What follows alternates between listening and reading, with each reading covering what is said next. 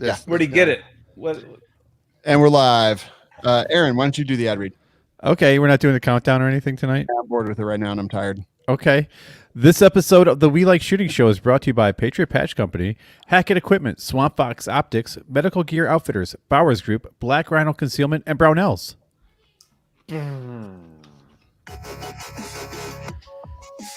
Welcome to the We Like Shooting Show, episode 377. So now we're going to talk about the Texas gun experience, PHLster, Enigma, Vigilence Rifles, mirror safety, and more. Our cast tonight, Jerambe Pozderac, checking in from Ohio. Power's back on there. We got Savage Winar checking in from Communist Washington. We have Aaron Krieger, the Machine Gun Moses in Michigan. Nick Lynch by my side. My name's Shawn Heron, and I want to welcome you all to the show. Sorry, I got up when I did because I thought you were going to do the countdown. Yeah. I was like, you thought you had 30 seconds? Yeah, I was like 30 seconds. I can do this. In the chat, C. Gillespie said, did we start an OnlyFans yet? Dude, good. Yeah, what would we put on it? I actually started an Yeah, it highly features your wife. I just draw a nipple on the top of my head. It's like right there. I started an OnlyFans and I email everyone a preview unless they join my OnlyFans. If they join my OnlyFans and pay me money, then I won't send them any more of my content. You just leave them alone? Yeah. But if they don't respond to it, you send them the actual unblurred picture? Yeah. That makes sense. Correct. Yeah. Okay. That makes a lot. Aaron has a lot of fans tonight, or just one psycho. Yeah. Oh, you know, I don't even have that up anymore. I just have the full screen. I don't even look at the comment section any longer. It's probably for the best. I'm yeah. All right, so get this. I went to we did the at Meijer. It's a local grocery store here. You can like pre-order your groceries and you go drive there and they deliver it to your car, which is great this time of year because the Meijer is just crazy packed, right? I get home and I found a bunch of items that I didn't order in a bag. So I got someone else's bag. Like it was a bunch of Christmas lights and Flonase and all this like stuff. So I went back today and returned it all. Like this was in my bag. It's not mine. I don't know who ordered it, but not me. And everyone, even the guy like behind the counter is like, really? You're giving it back? And I'm like, yeah, I didn't order it. Everyone was just shocked. They're like, I would have kept it. Yeah, that's the worst financial decision I've ever heard you make. Yeah, it's so weird. Like, just the way we are now. Like, oh, free stuff that obviously someone else paid for, but I got. Well, it's not like they're gonna like find the person and give it back to them. No, I'm sure that person called and were like, I paid for this, I didn't get it. But at the same time, everyone else's cost goes up when stuff like that happens. I mean, not really. Like they're gonna basically probably throw it away because of COVID. Like they don't want shit that you've had in your house and your car, and now you gave back to them, and you've had COVID 14 times, or at least been tested 14 times. Yeah. Let me tell you, like I have like scars in my sinus cavity of just all those little needles going up there, going, hey. He's been negative. You know what? That gives me the safest person here. Probably. Exactly. That gives me an idea. Everybody in the country needs to just find a company that we don't like, or one that's getting too big for its britches, like Amazon. Order just billions of dollars and then return it all and see if they throw it all away because of COVID, or if they actually have convictions. If they throw it away and actually have convictions, or if they try to resell that shit. I'm pretty sure most of them try to resell it, especially Amazon. Like with our products, we sell PPE, so we can't resell anything. If something comes back, it goes straight into the testing pile. We send it out to YouTubers and stuff like that.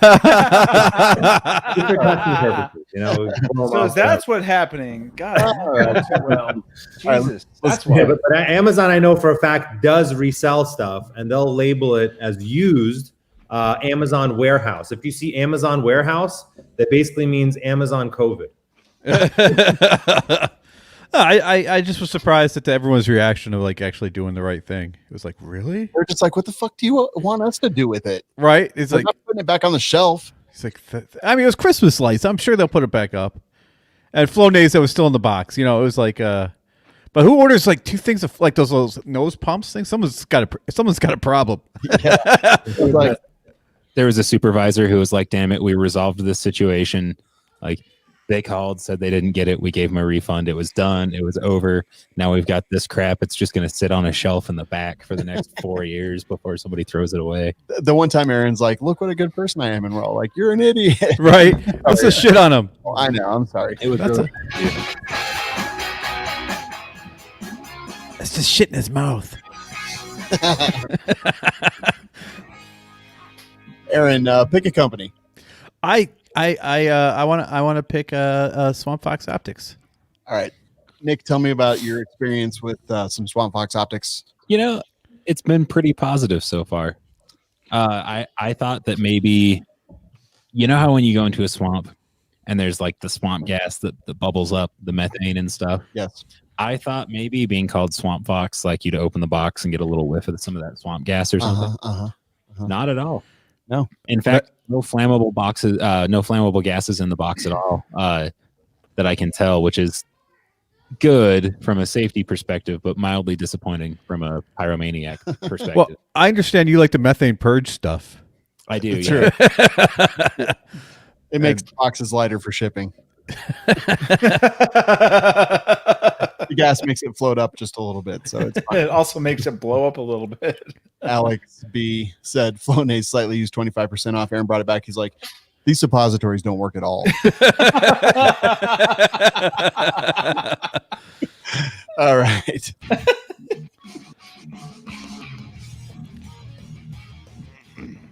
Oh, you know what?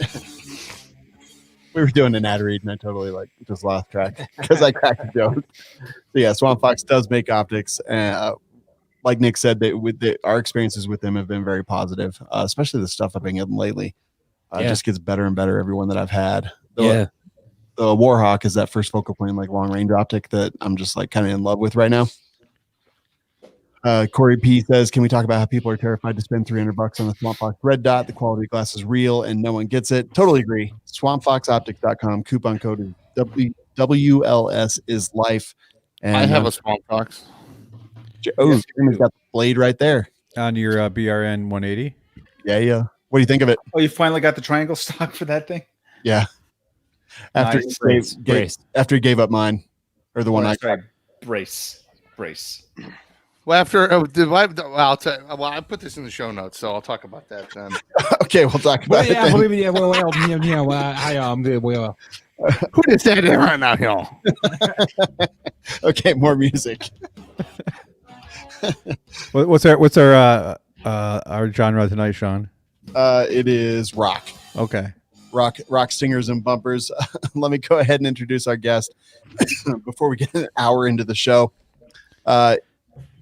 He has a really long bio, been on HBO, BBC, CBS, the founder and CEO of Ready to Go Survival, the guy behind Mira Safety. His name is Roman Zdrajewski. Welcome to the show, man.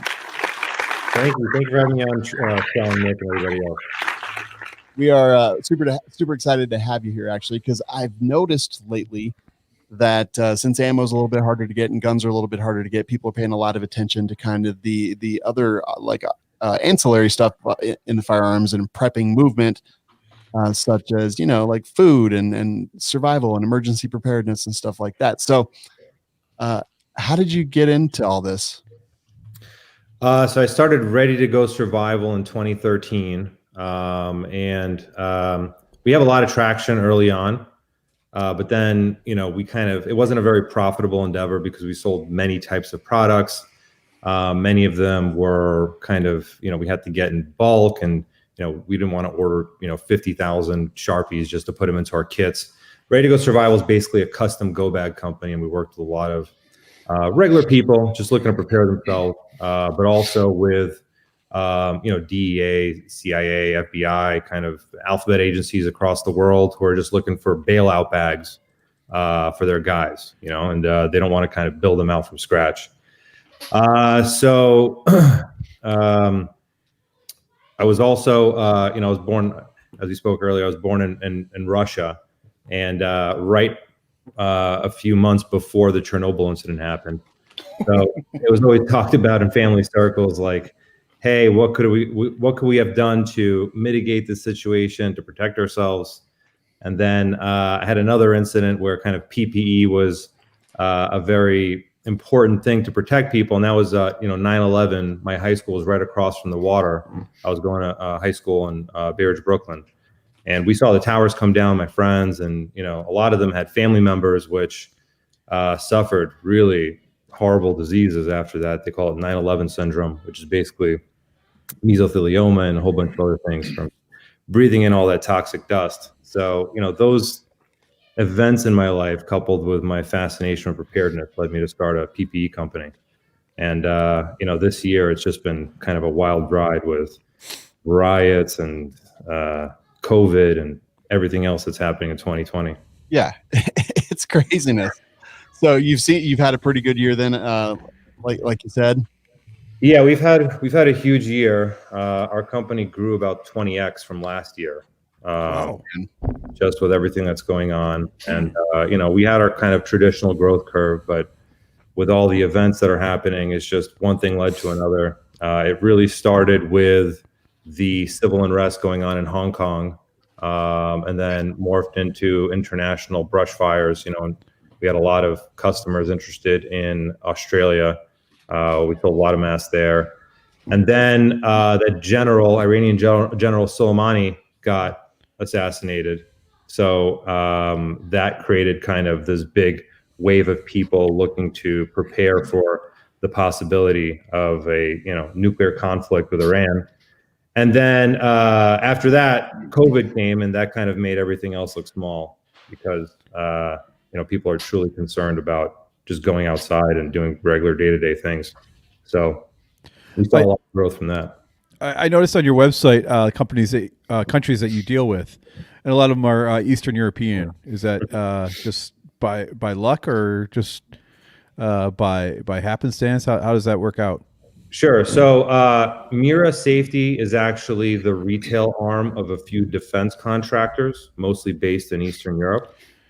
We work with a few in Czech Republic, AVEC Chem, Gumarna Zubri, along with some Russian defense contractors as well.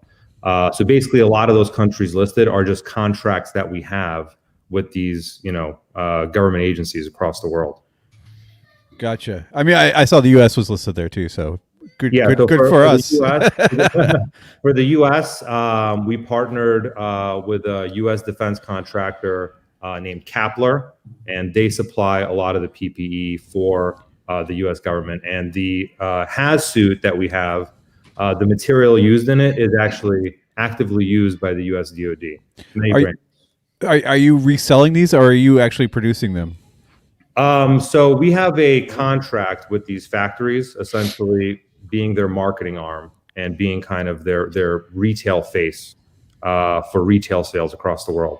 And what that means, I think, right, is that, I mean, a lot of the stuff you said DoD, but civilians can buy it, right? It's legal, able for people to purchase right now, right? Yeah, absolutely. Civilians can buy all the products on our website. So what's the benefit of going to you and your website to buy stuff versus going to Sportsman's Guide and buying a surplus NATO military surplus M5? Sure. So first of all, those are older masks. So with a surplus mask, there are some masks that are perfectly good and perfectly safe to use, but you're kind of rolling the dice. And when it comes to personal protective equipment, you don't know how it was stored. You don't know how it was used, if it was used before. You don't know how old it really is because most of the time the production dates aren't even on the product. And most people, at least our customers, they really want a product that they know where it came from. They know the source. They want to make sure that it hasn't been improperly stored. It's whatever you trust, basically. Right. I mean, I hate to put one on and just start breathing in Dorito dust. And then what's the availability of the replacement filters? So now we have a lot of availability. We have at least 30,000 filters in stock right now. And this is after a lot of ramping up of production.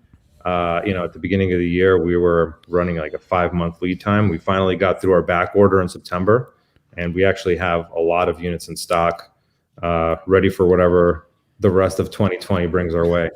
God, let's hope. Hey. Let's hope nuclear war. Oh, 2021 is going to be 2020 the sequel. Yeah, I hope not. I mean, I'd like to kind of relax with people. I mean, you kind of do, because it'd be really good for business, though.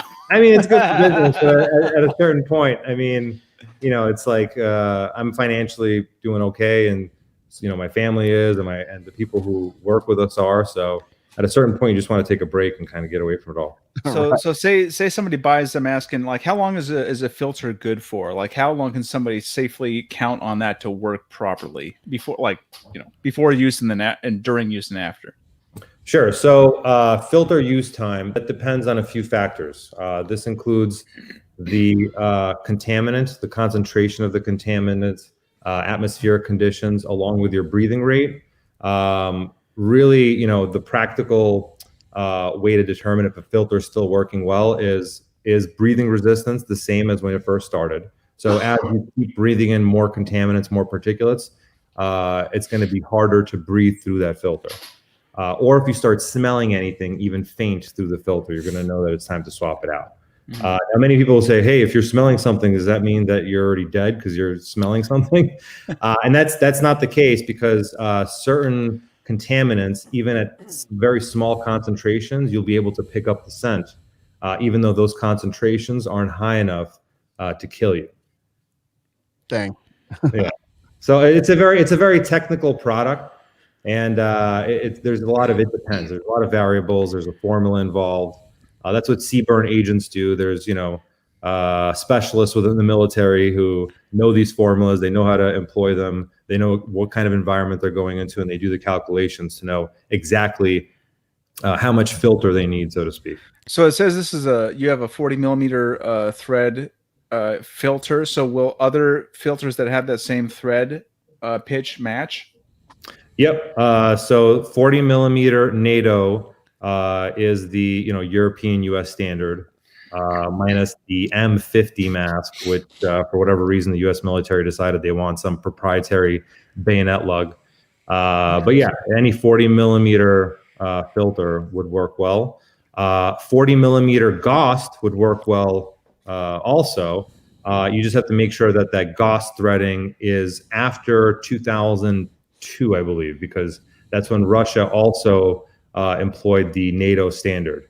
It'll say 40 millimeter GOST, but 40 millimeter GOST in the 2000s is the same thing as 40 millimeter NATO.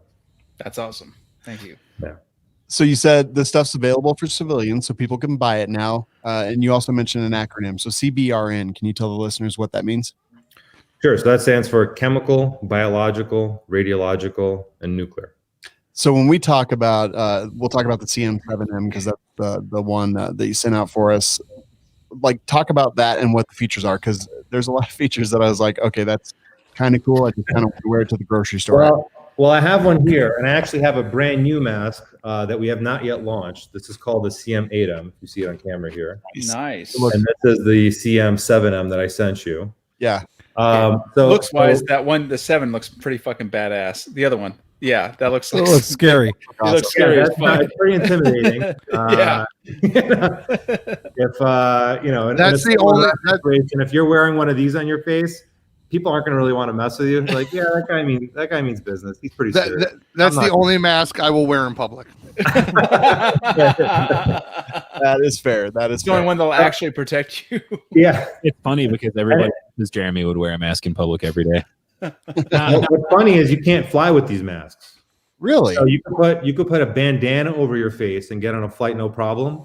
But I tried to don one of these masks and hop a public flight over into Georgia, and they're like, "No, sir, you can't wear that." And I was like, "Well, what's up? What's wrong?" And they're like, "Oh, because the exhalation valve here, as you breathe through this thing, you exhale the air. So really, it's meant to protect you from others, but not really meant to protect others from you if you're sick." Yeah, fuck other people. Dude, you could just put a fucking bandana over the Right. Yeah, so I did that. I was like, "Hey, let me put this surgical mask over this." And they're like, "No, you can't do that either." What? But the guy wearing a bandana, no problem. You're wearing a bandana, you're fine. You're basically protecting everybody around you because you got the bandana over your face. Yeah, there was my flight that was wearing one of the like see-through. It was like made out of a screen door or something.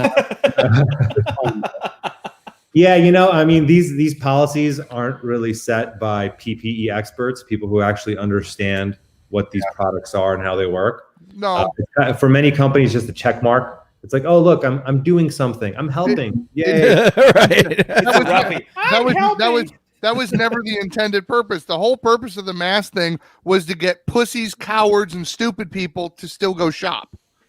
Yeah, I mean, I don't know, maybe. It's security theater. It's like the TSA.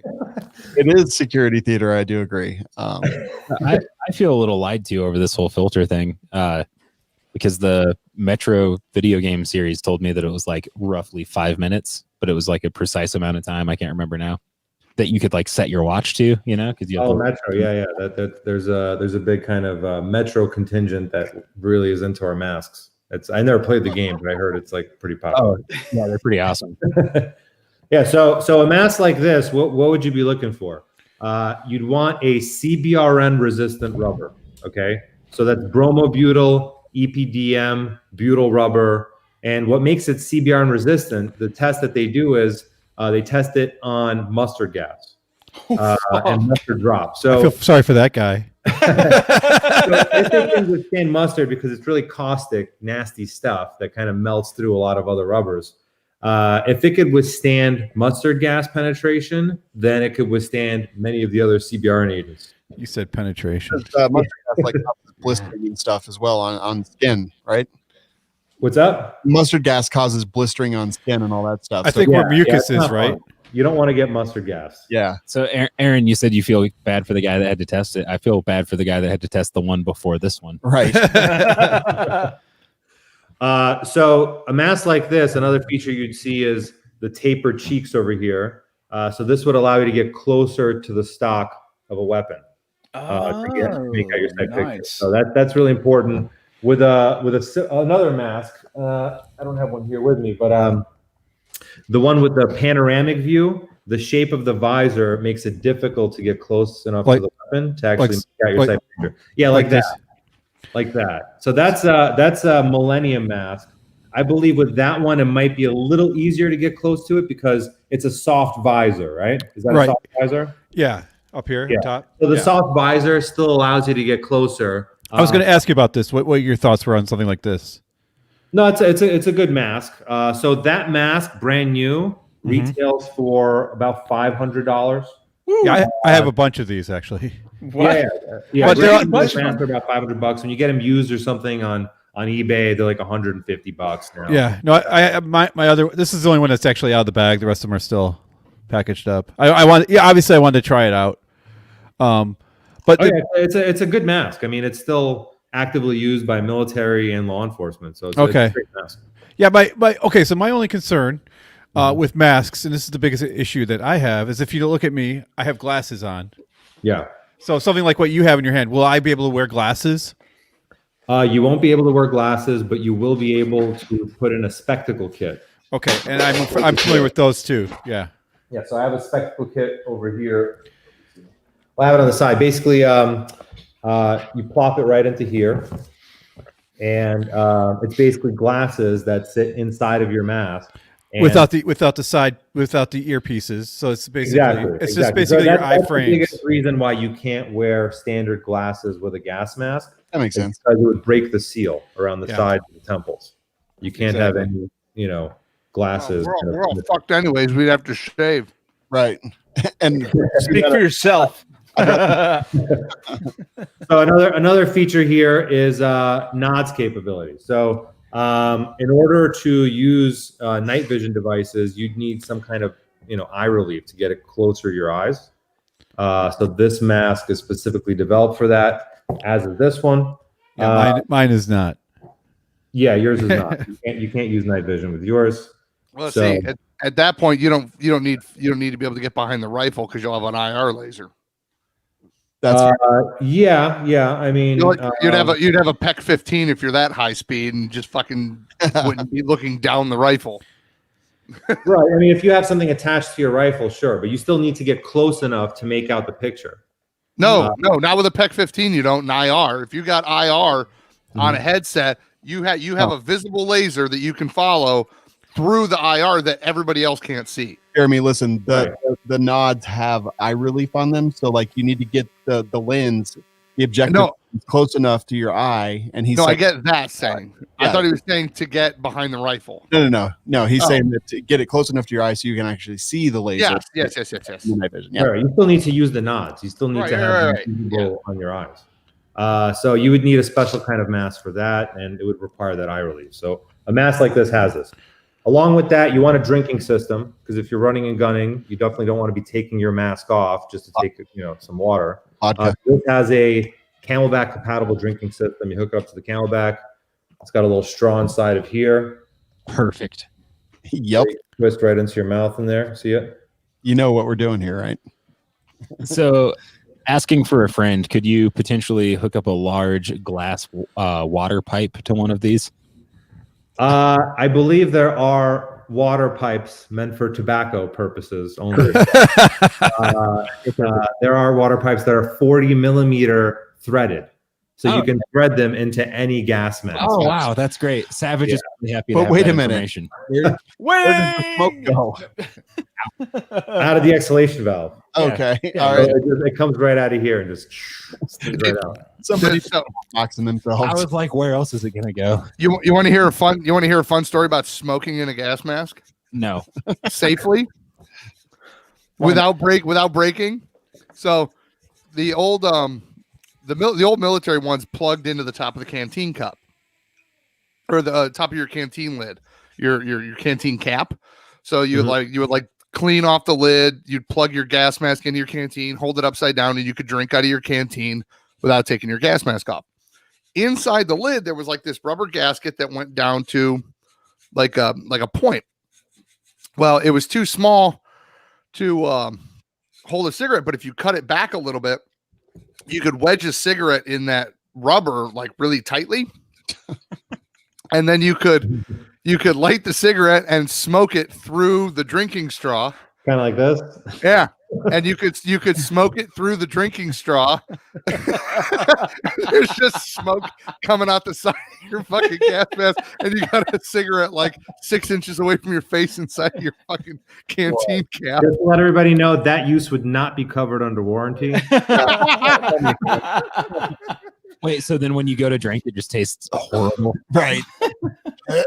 Well, in the we asked the NBC guy, one of the NBC guys, and we're like, well, if there was like a chemical or a biological agent, like, would you be fine? And he goes, honestly, the cigarette flame's probably hot enough to kill anything. So yeah, you probably would be fine. Jeez. All right, so it's tapered so you can get behind your rifle. It lets the night vision get close enough to your eye. It's got a drinking straw. It's got a drinking straw. Another thing is you don't want to get a rubber head harness. You really want it to be this kind of like elastic cloth-based one because it's going to pull on your hair. Ideally, you'd want a 6-point head harness. And that was one of the major upgrades from the CM7M to the CM8M. It's got a 6-point head harness. So with this, it kind of distributes the weight a little better on the face. Makes it more comfy. Yeah, exactly. What do those weigh? About 2 pounds. Oh, okay. Yep. That's And awesome. it depends on what kind of filter you put on here. I mean, the big CBRN filters weigh about 1 pound each.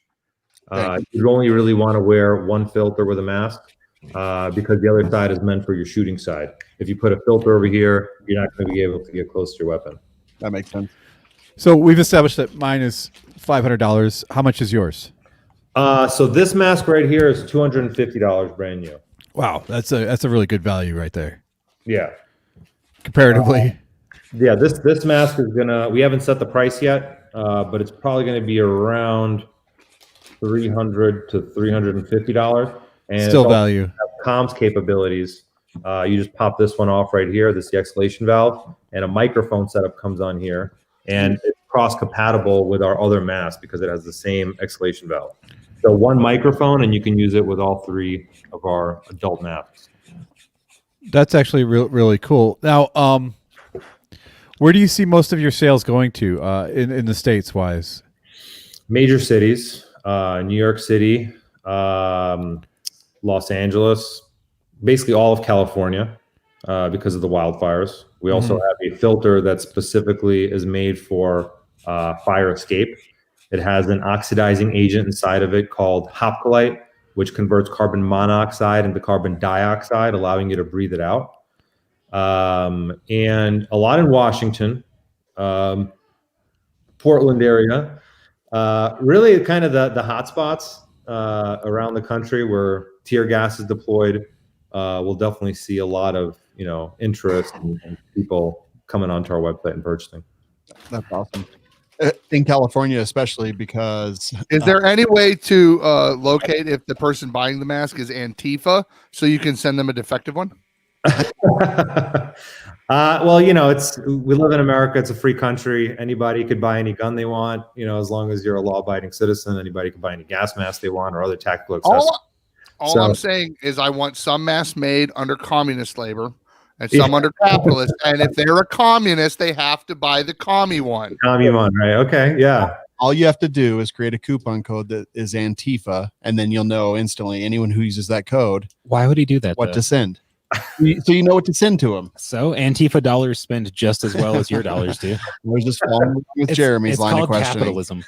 And look it up, sweaty. No, that's awesome. It looks pretty cool. And I know, Aaron, you've had like gas masks for years, which is probably good with your gas. Horrible gas. Are you Israeli, Aaron? No, I'm not. My family comes from East Germany. Okay. Yeah. He's still You had a little menorah there, so Yeah. Yeah. grew up around many. I've been to Israel myself, so No, they're- these products are very kind of in line with just normal day-to-day life there. Because yeah, for sure. No, I am very pro people. I'm Zionist, I guess you'd say.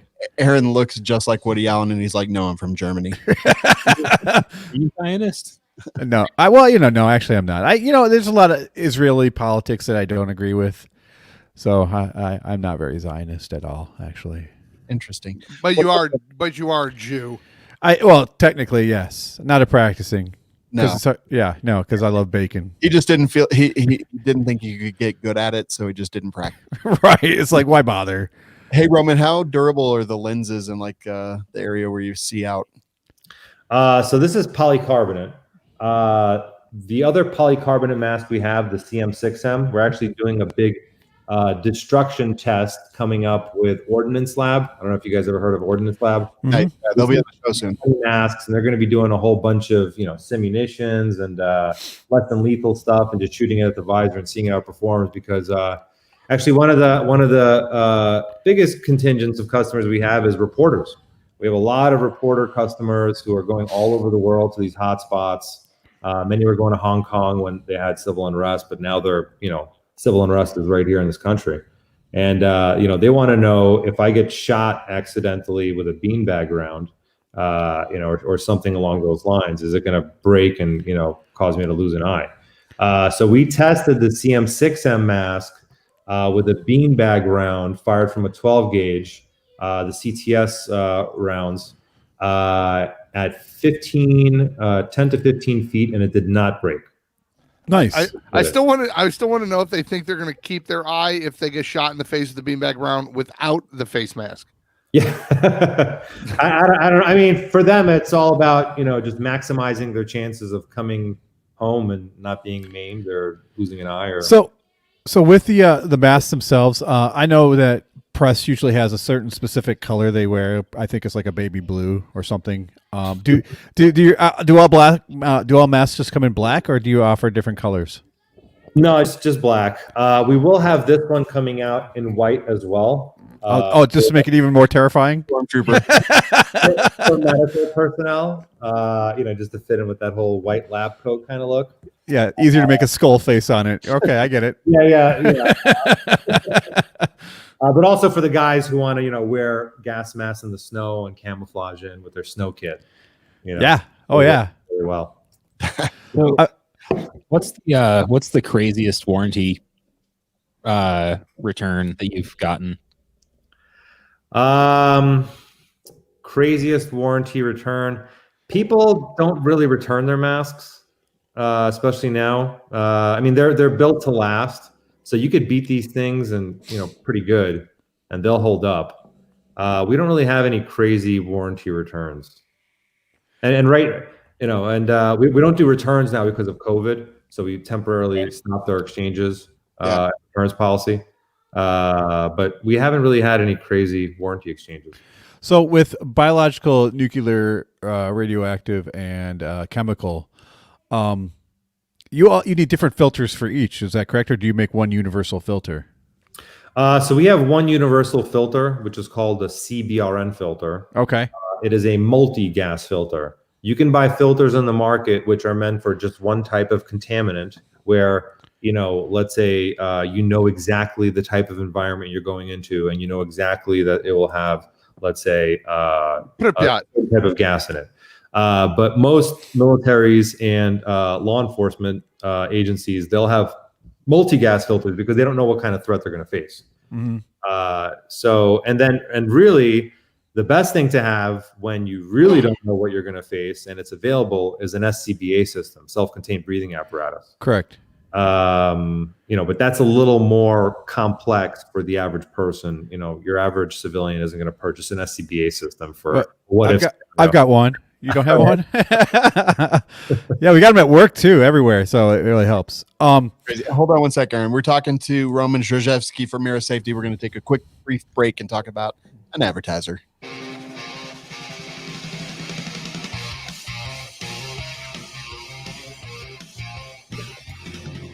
So do you have the ads auto playing while we? No, we actually have to talk about them out loud. Yeah. It's so unfortunate. Aaron, pick a company. Black Rhino Concealment. I'm sorry, that's not one of them. Yes, it is. Yeah, it is. Aaron, Nick, tell me about your experience with Black Rhino Concealment. Well, it's been very good. Despite what you may believe from the name of the company, the box, when you open it, actually does not smell of rhino flatulence. Good. Okay, so tell me about their holsters. They make some fantastic holsters. Tell me about the experience that you have with the holsters that you have. The experience that I've had with the holsters has been very pleasant. They hold your guns. They do, and most importantly, I get a lot of confused comments on Instagram and Facebook whenever I post pictures of my Taylor Swift holster. Yeah. Today, one of my friends early this morning made a post where he was asking for a holster suggestion, and I posted a picture of my Taylor Swift holster and was like, "You need one of these," thinking that it was on his personal Facebook page, but it was actually on a fairly serious Facebook group. Oh boy, takes themselves very seriously. Oh boy. And I didn't realize that until 12 hours later. It was interesting. I was like, wow, y'all are being kind of weird about this. And then I realized where I was. That makes sense. Yeah, so they can make holsters, mag pouches, pretty much any variation of whatever you can think up. They will make. I know that they made some holsters for Jeremy's kukri, I believe. That he'll talk I was going to say, I got a sheath for a kukri now. Oh, yeah, did I say holster? You did. Yeah. And if you act really nice, they'll even put a lift on it. For anybody on video, there's a kukri sitting on my fucking plate carrier. That is amazing. I had to move it. I just stuck it in there real quick, and I was like, that's not going to work at all. That's awesome. BlackRhinoConcealment.com. Coupon code is WLSMOFO, and that'll save you money, I promise.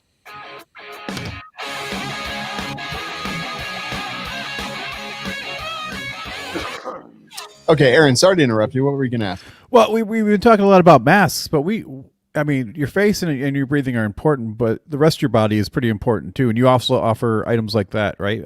Whole PPE outfits. Yeah, so we have full CBRN suits. It's called the Mira Safety Half Suit, and we actually are the only company in the U.S. to have it in children's sizes as well. That'll fit a 4-year-old all the way up to a large person. I mean, that was a big thing for me with my masks is I have kids. It's like, okay, I guess I'm losing a kid, or you need to grow up really quick because this is not going to work. That was one of the big concerns that we kept hearing over and over in the early days of our company before we had children's products. People would call us up and be like, hey, that's great. You have all this stuff for adults, but how about my children? What do you have for my kids? Tell them to get a roll of duct tape. At that point, we didn't have anything, so it's like, the options are limited. I'm sorry to say, and they'd be, really heartbroken and upset. Especially the mothers. The fathers are kind of like, all right, I'll just have another kid, but the mothers, they're pretty upset about it. Right. Beyond that, I became a father, and I now have a little baby girl, so it really made me think like, hey, we gotta put something out. We gotta put it out quick. And we partnered up with Israeli defense contractor that basically subcontracts designs from the IDF. And we're working with them on a product called the CM3M, and it's a powered air purifying respirator. It's a blower unit because small children, they have small lung capacities. If a kid can't blow up a balloon with their lung power, then they shouldn't be wearing a standard negative pressure gas mask. Damn. They should have a blower unit that helps them with that. Beyond that, some of these older arcane kind of Russian Soviet masks with the big tubes on them. They work, but they're kind of weird looking and they're not very child friendly. It's like, you put it on and they're like, oh crap. So that's the happiest looking kid ever in a nuclear situation. Yeah. And he's happy because he's wearing a CM3M gas mask. If he wasn't, then he wouldn't be so happy. He's like, welcome to the Vault 37. Gasping for air on the ground in convulsions. Plus, he's got like a juice box, which is nice. Yeah. No, he's at his dad's house, and his stepsister doesn't have one of those. That's why he's making that. I got one, you did, and the infant's in the KZD6, which is a protective enclosure for babies. That's actually really cool too. It kind of is. Yeah. So this device comes straight out of the Russian Ministry of Defense, and this was actually given to Russian dignitaries, like higher up agents, in case something happened. A CBR attack. I remember. That's the Russian mask I told you about, which was a product that we sold for a while. But then the Russian government actually deemed that as like a wartime munition, and we can no longer import that from Russia. Wow. Huh. I remember the one that looks like a crib. This one? That one. I remember seeing ones like that back in like the early 90s when Saddam was gassing the Kurds. Because CNN had like fucking cameras going and the Kurds were getting gas, and there was like some lady had a crib, and it was basically like a crib gas box. Mm-hmm. I don't remember why I remember that. I was a little kid, but I remember that shit. I thought you were going to say that it was take your kids to work day for the reporters, and they apparently decided that taking them to war zones. Yeah, it was a good idea. Right.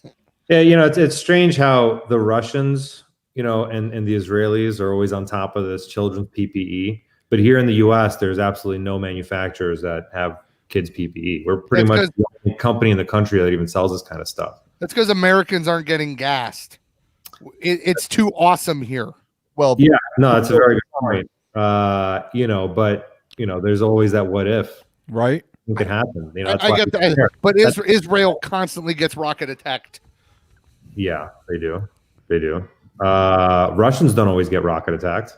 No, but there are a lot of istans down around some parts of Russia where you might want to have some backup plans. Oh yeah, absolutely. We should get one of these crib ones for when Jeremy's children have to ride his truck. Yeah. Keep them safe. A taco night. I mean, let's be honest. Can anybody think of a country that ends in Istan that you would actually want to live in? I can think of one that starts with Istan. Istanbul doesn't exist anymore. Well, not Constantinople. Turkey. Thanks, Turkistan. Turkmenistan. Turkmenistan. Is that real? Not anymore. Oh man, it used to be. It's pretty crazy. Like these are crazy times, man. Like the fact that people are thinking so much about this lately. And yeah, I get it. Some of it's ammo, some of it's because ammo and guns are harder to get. So they're like, I need new cool stuff. Well, I mean, the whole prepper mindset is to be prepared for anything. Yeah.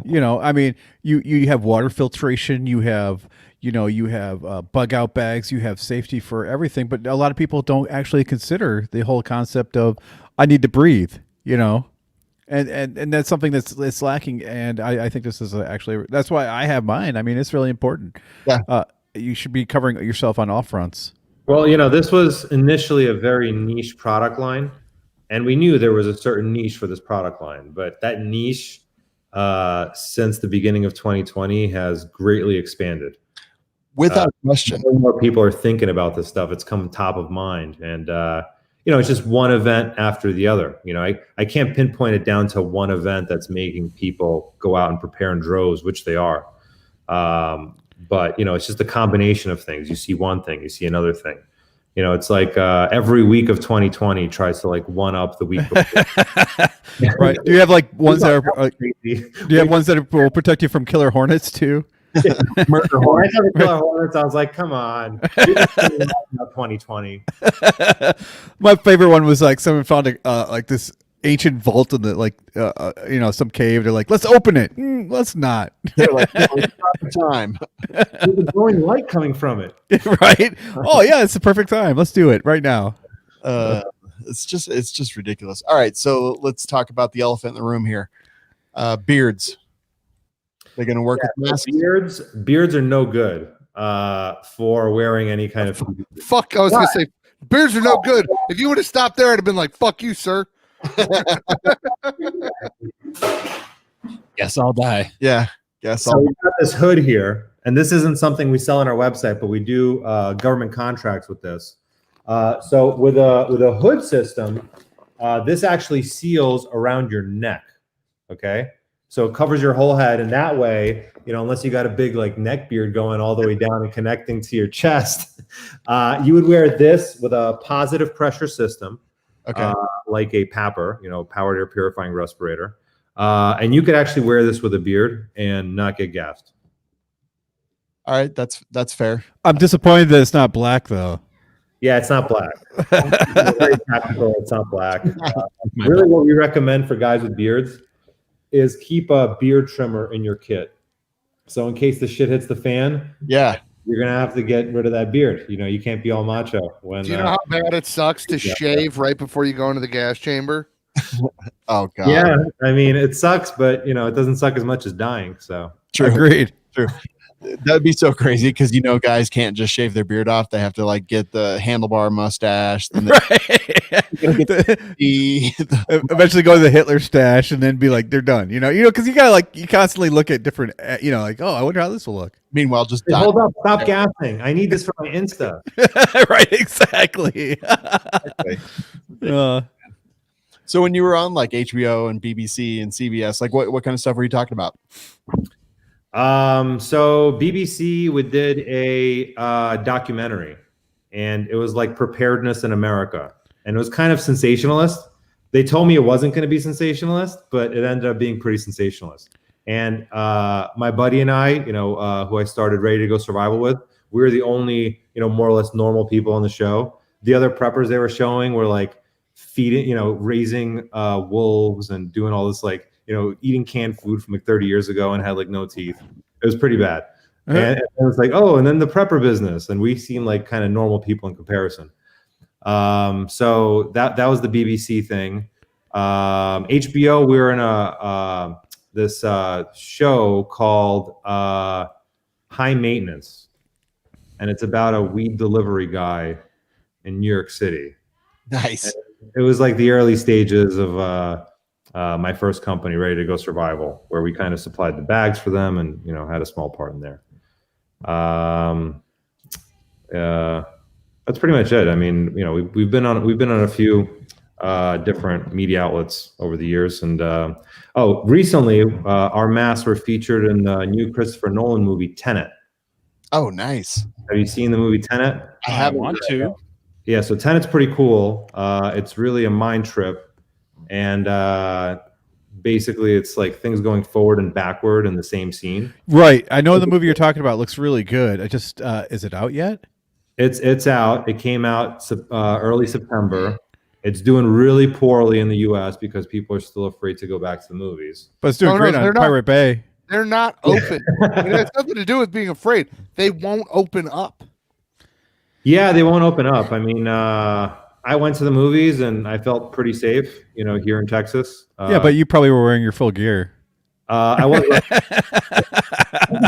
really safe, and it was the same gas mask that was used in the movie. So they had, we sold them like 400 units for a big battle scene, and the whole, the last 10 minutes of the movie, just everybody with our masks. That's pretty cool. That's very cool. Yeah, that's badass. Every day. Go ahead. Oh, I was going to ask you. So, do you need a filter if you're wearing the mask? I mean, you say you breathe in, you breathe out. Does it require just to let's try it this way. What level of protection are you going to get without a filter? Is it 0? 0. Okay. You're just The breathing mask in. is only as good as the filter. Like here we have a P3 filter. You're going to get particle filtration with this. Do you make an N95 filter? No, this is way higher than N95. So a P3 filter is rated for 99.9995% of particulates. Okay. So that's just, it's really a rounding error, and it's pretty much 100. Okay. But you still smell a fart. So fart is a nuisance odor. Okay? and the nuisance odor, you would need activated carbon to filter out. You haven't smelled Shawn's farts. So this filter, I would still be able to smell the fart. But if you want to get rid of the fart smell, they have activated charcoal fart pads that you can put on your underwear. Just FYI. Sure, yeah, I mean, I'm sure there's a market for everything nowadays, right? But if you have something like this, which is an activated charcoal filter, it's got activated carbon in it, you won't be able to smell it because it captures the fart. It captures it. It's like Ghostbusters. Yeah, it captures it and then it holds it. And right. It becomes toxic waste. That's good news. So I noticed in the stats it says minimum intelligibility. Is like how smart you have to be to put it on? What do you mean? In the stats of the 7M, it's. I was looking. No, that might have been a typo there. It's intelligibility of talk.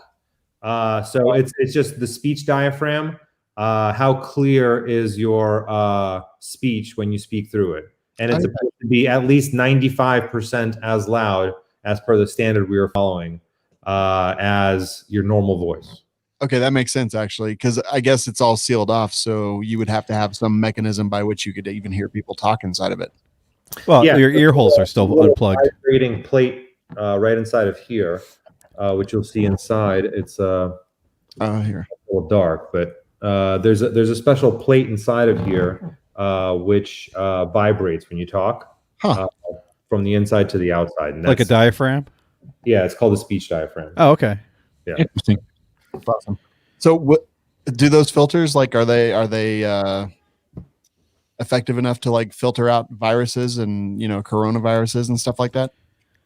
Yeah. So with viruses, so this filter will filter out down to 0.1 microns. Viruses are smaller than 0.1 microns, but viruses don't just travel freely in the air. Viruses are hosted by a particle. In most cases, it's a liquid aerosol that the virus kind of hitches a ride on, and that's how it makes its way into your organism. So in order to block that virus, all you have to do is block that larger particle. So those larger, liquid aerosols, they will be blocked by a filter like this, or any P100 filter, really. Nice. Yeah, and also with filters like this, you just want to look for, there's different grades of filtration paper. It goes from HEPA all the way up to ULPA filtration, graded up to a scale of 17. This filter paper and this filter right here is U16. That stands for ULPA 16. I think it goes from HEPA to ULPA around 14. So anything over 14 rating is considered ULPA. So with the OPA, is it like you get viruses and you get viruses and that's OPA? No, it's like when you with ULPA. No, it's like when you do a shot of Ouzo with a Greek and you go Opa. And then you set something on fire. Obviously, they're Greek, and then you crash your economy, and everybody retires at 35. I love it. So you mentioned earlier, like breathing through it. If it becomes more difficult to breathe, you need to replace your filter. But do you leave your filter in the packaging until it's like go time, or can you just put it on and it'll last a couple of years, just like hanging out in the air? Yeah. So with a particle filter, you could leave it out in the open, no problem, because it doesn't have activated carbon. Okay. Any filter with activated carbon, you only want to crack open once you're ready to use it, because activated carbon will passively absorb contaminants in the air. Even though you might not think there's contaminants, there are contaminants everywhere, and it's constantly just grabbing up everything. Nuisance Contaminants everywhere. whatever it is, it's just grabbing it up and holding it. And it's porous, so once the pores get filled up with contaminants, there's only so much that it could hold. So you really want to open a filter the same day you're going to use it. Makes sense for safety purposes. So what do you think? Like civilians, this is the thing that they should kind of have around to be prepared for whatever may happen, any inevitability. Well, am I the type of person who thinks there's going to be some kind of nuclear catastrophe or something? No, I mean, I'm more of a practical, preparedness-minded person. And, nowadays you could just turn down the wrong block in a major city and there's some civil unrest going on and your car is engulfed in tear gas, momentarily. And, if you have kids in the car who are asthmatic, or if you're asthmatic, you have any kind of, compromised lung problems, then it could be fatal. So having something like this in your kit, if you are susceptible to any kind of, gases, and you do have a compromised lung capacity, then I think it's a good idea, just for, generally speaking. And, if you already have everybody has a plan, all these guys on YouTube training, everybody has a plan until they get tear gassed, right? Yeah. Wait, yeah, but if it's CS, you just kind of walk through it. Yeah, I mean, it's just spicy air, just breathe Spicy air. Take it like, right? That's also being around Jerambe. Spicy air. Where can people find all your products? Mirasafety.com. That's awesome, man. You got time to stick around with us? You got to take off. Not to stick around. All right, cool. So now you're just a cast member, man. Anything, anytime you got something to say, just throw it out there. He's like, I could stick around. I'm just not gonna. Yeah, I could. But For safety measures, I'm out. Yeah. All right. No, I'll stick around for a bit. Cool, man. And Mira Safety is mirasafety.com, right? Yes, sir. That's badass. And by the way, we do have a big Black Friday sale going on now. Is it okay if I plug it? Yeah. It is, yeah. Okay, so coupon code BFCM2020 gets you 20% off on anything on our website. BFCM 2020. Yep. That's huge. 20. Yeah, it is. Huge. Pretty nice discount. Yeah, it is. That's awesome. And now, how long is that? Effective for? That's gonna expire on Cyber Monday. All right. So Monday the 1st or the 31st. Hell yeah. All right, very cool. Go check them out. Mirasafety.com, mirasafety.com.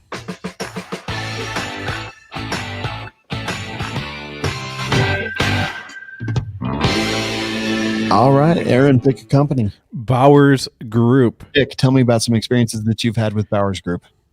I've had great experiences with Bowers Group and all of their products. When you shoot the suppressors, I should clarify, when you shoot using the suppressors with them installed, they actually don't smell like swamp gas at all. That's true. But when I have the gas mask on, who cares at that point? Well, it depends on whether you have the I'll have the big filter because I hang out with you guys. Yeah. But it does still smell like Tom Bowers' farts. Well, yeah, he builds that into every suppressor annually. That's right. Let's get a quick selfie for Tom. Yeah, Tom's great. His suppressors are great. What's your favorite one that you've shot through? Oh man, you ask me this, and I don't know if I keep a consistent answer every time. But today I'm gonna say the Verse 458 because it's pretty cool. It's it's a big ass can. You can shoot big ass bullets through it. A lot of them too. Like yeah. it support like 458 SOCOM, 450 Bushmaster, everything below. Like yeah, and very quietly. And it's really awesome to shoot huge thumping cartridges like that really quietly. Yeah. You know what one of Tom Bowers' cans did really well with? What's that? Bullets. Yeah, well, yes, with bullets, Aaron. Yeah. The USS 22 can that is also 17 and a 5.7 rated. It sounds really good on a full auto P90. Really? That's awesome. Yeah. I don't know if it's full auto rated. I probably just ruined the warranty on that can, but it was awesome. It was fucking sweet. Which can?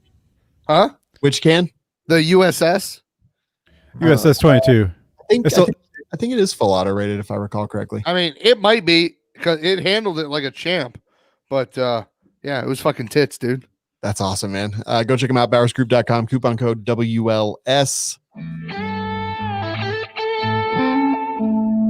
And it's time to talk about. Apparently, I need to wait for that to fade out. And that's not rock. That's more bluesy, by the way. I know. Well, just Where do you like. think rock came from, stupid? Didn't come from stupid. Oh, let's talk about Gear Chat. Nick, I'm curious about yours. I want you to I'm go. curious. Whoa. Okay. I guess I can talk about mine. Please do. But will Aaron be okay? I think so.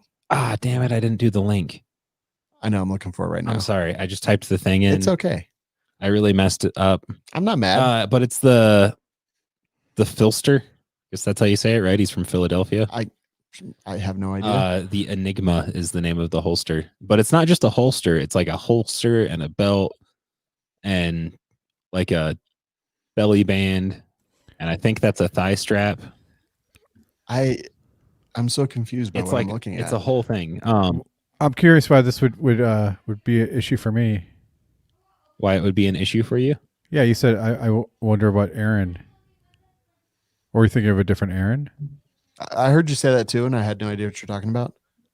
You said something about Aaron when I was like, Nick, talk about your product. Oh, I wonder if Aaron will be upset that he didn't get to go first. Oh, I don't have an item tonight, so I'm Yeah. okay. he won't go at all. Are you sure that you don't want to go first, though?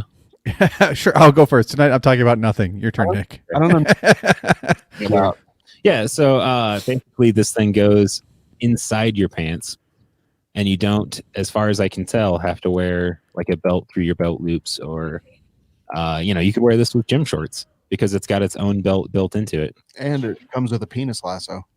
I think that's for like your thigh or something. It might hold up your testicles, Shawn. Maybe. Tuck them right in there. This is It's really interesting. it is. Like, I don't want to crap on it. No, so yeah, you have the actual holster portion, and then there's a silvery colored bit, like a big wing kind of, that goes over the top of the holster, and then there's a belt that hooks to either side of that, and then hanging down below, there's like a little lasso looking thing that I believe appears to go around your thigh. Is it called the Enigma because it's so fucking complicated? Because it's a mystery. Like, Yeah, Because there's codes that you need to get it on. is that his gun or his love gun? It's an Enigma. I don't know. so I'm interested in this. Do you wear a lot of shorts? I do actually wear a lot of shorts. This may not work the best for me because with my gut issues, I don't always wear a belt. Dude, did you see the cleft in that guy's chin? That's And of amazing. God can- dang. He could hide a gun in there. Some Charlton Heston cleft going on. Continue on, please, Nick. Of course, it has a belt built into it, so it may not work for me as well. But I'm also kind of a weird case. Yeah, I think this is interesting. I think it potentially could work well. I know that PHLster, however you say it, has been a pretty big deal for a long time in the Kydex industry. They were fairly early in. His YouTube channel taught me a bunch of stuff. This is it is a belt, so like Yeah. it's not probably gonna fall down. But what's the leg strap for? I guess I don't get that. I don't know that I necessarily. Maybe so it doesn't ride up. Maybe. For when you're deploying the weapon, so it doesn't kind of There you make the holster fall out. It kind of stays, stationary. That when makes you're- sense. Yeah. Because like when it's on your belt or something, obviously the crotch of your pants prevents it from pulling like the pants and the belt up. So this doesn't have that. Yeah, like I am unsure about this. This is never something, if I had thought about like what do I want in a holster, I don't think this is what I would have come up with. But I also feel like this guy knows his stuff. And he knows his stuff well enough to not put out something that's just total shit. There's a lot of rivets and stuff. I'm just thinking how cold it would be to put on in the winter. I was wondering that too, but Yeah, but that stuff I warms mean- up pretty quickly too. yeah, honestly, like carrying a gun in general sucks. Yeah. So I'm ready to deal with a little bit of discomfort. Well, this thing, yeah. And look, it looks like you pull that off and throw it at people. The plastic Yeah, thing. like boomerang or something. Yeah. Yep. maybe you could put like an edge on it, because part of that looks like you can hang on to it, and it might actually be kind of ergonomic for a handle. Yeah. How much is it? That's a fantastic question. Would you say it's an Enigma? I would say it's an Enigma. I actually don't know. The article here that I saw from Soldier Systems doesn't mention a price, I don't think. That's where I'm at too. $85. A holster, okay. holster shell not included. Oh, okay. So it's the rig that the holster attaches to. So it'll be It's like 80 something. Close then, to $200 probably. Yeah, another like 75-ish for the holster. Huh. Interesting. They got compatible with non-light bearing holsters which have a mod wing, dark wing, RCS Vanguard wing, or other concealment claw wing with a 5/8 on center hole spacing below the trigger guard of the holster. Huh. So they have a dark wing that goes over your red hood. Dark wing duck. Darkwing Duck. Cool, man. Yeah, Oh, I was thinking Nightwing. My bad. if any of you guys have used this, which I'm guessing probably no, because I think it's brand new. But if any of you, available late November 22, so it's not out yet. So never mind. Screw you guys. I was going to say if some of you guys have used it, let us know what you thought about it. But you haven't, so shut up. Kind of interesting. So I actually I went to Texas over the weekend and went to Texas Gun Experience, and it was pretty cool. Aaron, were you with us when we went? Yes. We smoked cigars on the patio and hung out there with they had the Gatling gun and the that was a bar. different place. God damn it. Then no, I wasn't there. I was going to ask, were you with us when we went to the Country Club with Brownells? Yes, I was there. That place was awesome. That place felt a little bit stodgy. Like Texas Gun Experience is a country club and like freaking amazing. But it felt like a little bit more welcoming and open. And man, they were busy like the whole time we were there, which was kind of nuts. Just people like shopping. They have all kinds of retail stuff. It's like it's I don't know, Disneyland for guns almost. Like you can go do experiences and stuff and shoot a bunch of different machine guns. Like they've got the gamer package, which is a bunch of machine guns from Call of Duty. They have all kinds of classes there going on all the time. Like while we were there, they had a knife fighting class one night. They had my medical class 2 days in a row, and just like stuff. It's like an enormous place, stuff going on all the time. They've got like VIP rooms and all that stuff. But one of the coolest thing that happened was they were like, yeah, just look at all the machine guns and just pick the ones that you want to shoot. And they have a minigun. And I was like, wait, I can pick anything? And they were like, yeah. I was like, okay, minigun. Because I've never shot a minigun. Yeah, is that even a fucking question? Yeah. Yeah, it was 250 rounds, man. In an indoor range. And Jeremy, what's minigun? What caliber is it? Which minigun? 308. 7.62 by 5.1. Yeah. Which minigun? The one I shot. The minigun. I don't know what caliber the one you shot was. Minigun. Probably 308. Yeah. There's lots of. There's 30 mil, there 20 are. mil, There are 5.56. They're not. It's 308.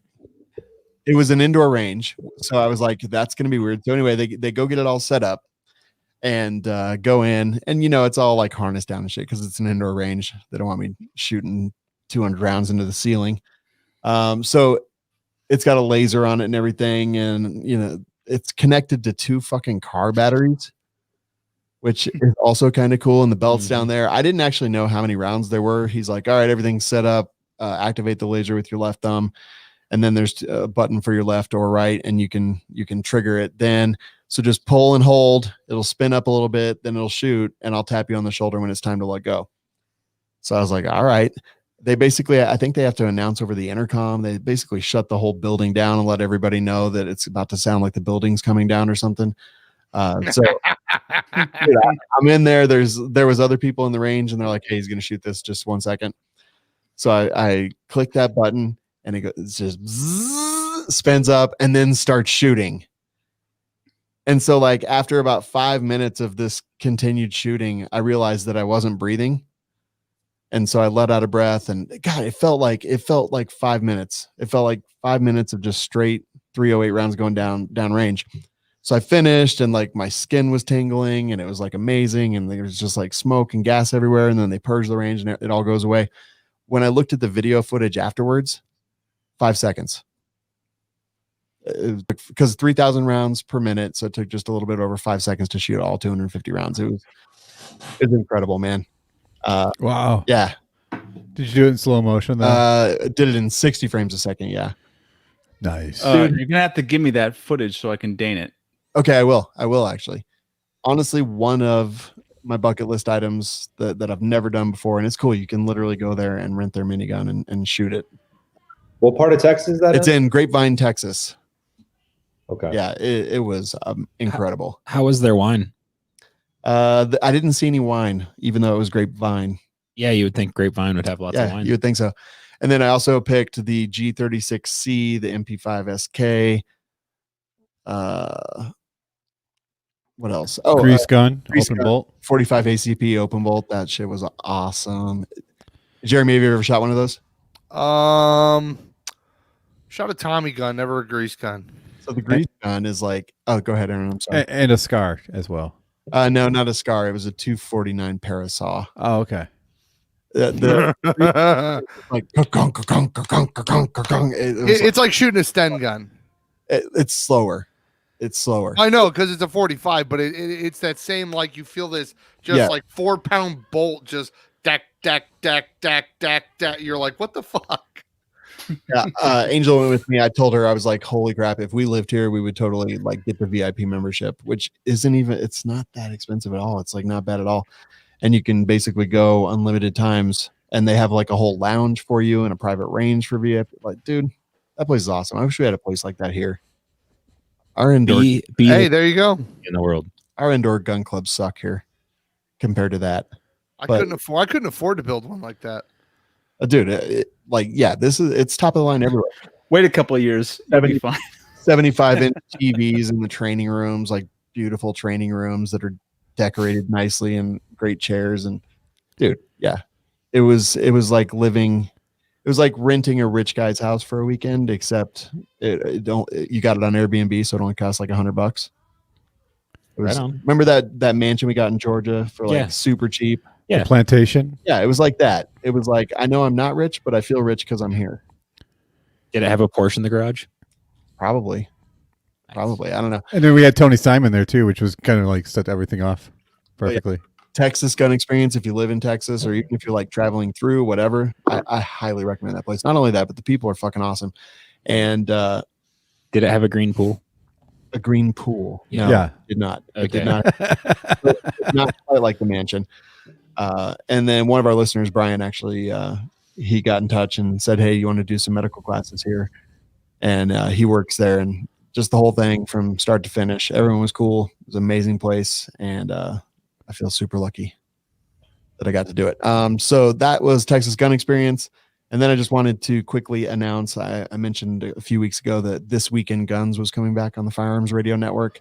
Nice. Well, I got Matthew LaRosiere, Cato Institute Firearms Policy Coalition. Like, he is the host. I'm co-hosting it with him. He's going to be the guy guiding that show going forward. And I think it'll be awesome. The newest episode released today, so go check that out. You probably also still subscribe to it, but very smart dude, gun lawyer, and he's going to be kicking butt and taking names and kind of fighting the FUD lore that exists in the gun world. Jeremy, what do you got to talk about? I finally, actually, you know what the worst part is? I didn't even remember to bring it home. I literally texted one of my guys and was like, "Hey, bring my gun to my house." Oh, he did. But he did. Well, he lives in the back, so. Oh yeah, that's right. This is my Brownells BRN 180, and I finally got it done and together, and I mean mostly complete. So we have it's a BRN 180. It's 5.56. It actually has the BRN 180 lower. Yours only has a AR lower, right? Mine has an AR lower, and then I put the KNS Precision Picatinny, I don't know, whatever, buffer adapter or whatever. Right. Yeah. I actually have the Brownells BRN 80 lower that has the pick rail. It looks great. It looks meant for it. It looks like it has rivets, like it's the old stamp steel receiver. Yeah. Oh, did I tell you a guy brought an actual AR 180 into the fucking store? You sent us No. a picture. It looked awesome. Oh yeah, I put a picture in Slack. It's probably way up there, but yeah, some old guy was like, "Oh yeah, I just got this. It's just like this plinker I bought years ago," and I'm like, "I'll give you $2,000 for it right now," and he's like, "What?"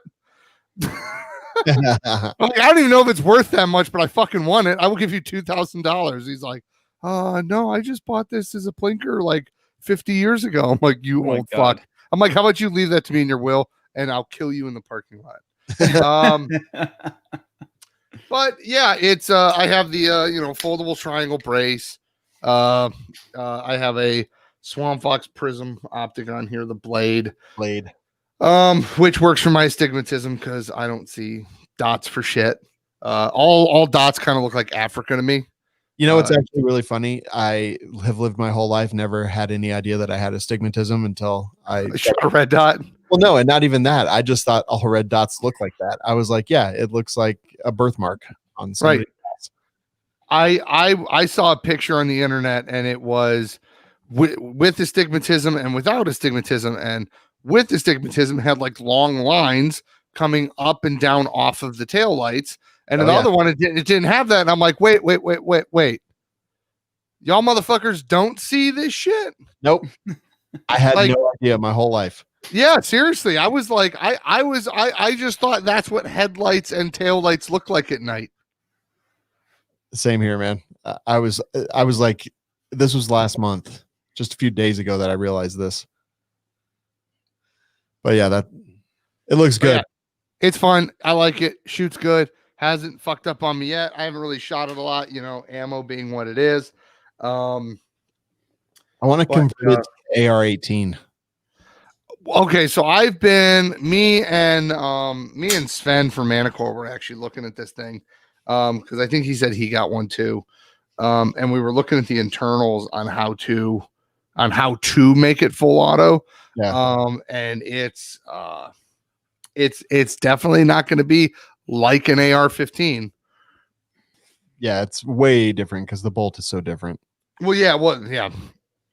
So I actually have an idea to do it, but I'm literally going to have to hand make. I would have to hand make all the parts. Yeah. So I mean, you got a guy for that. So.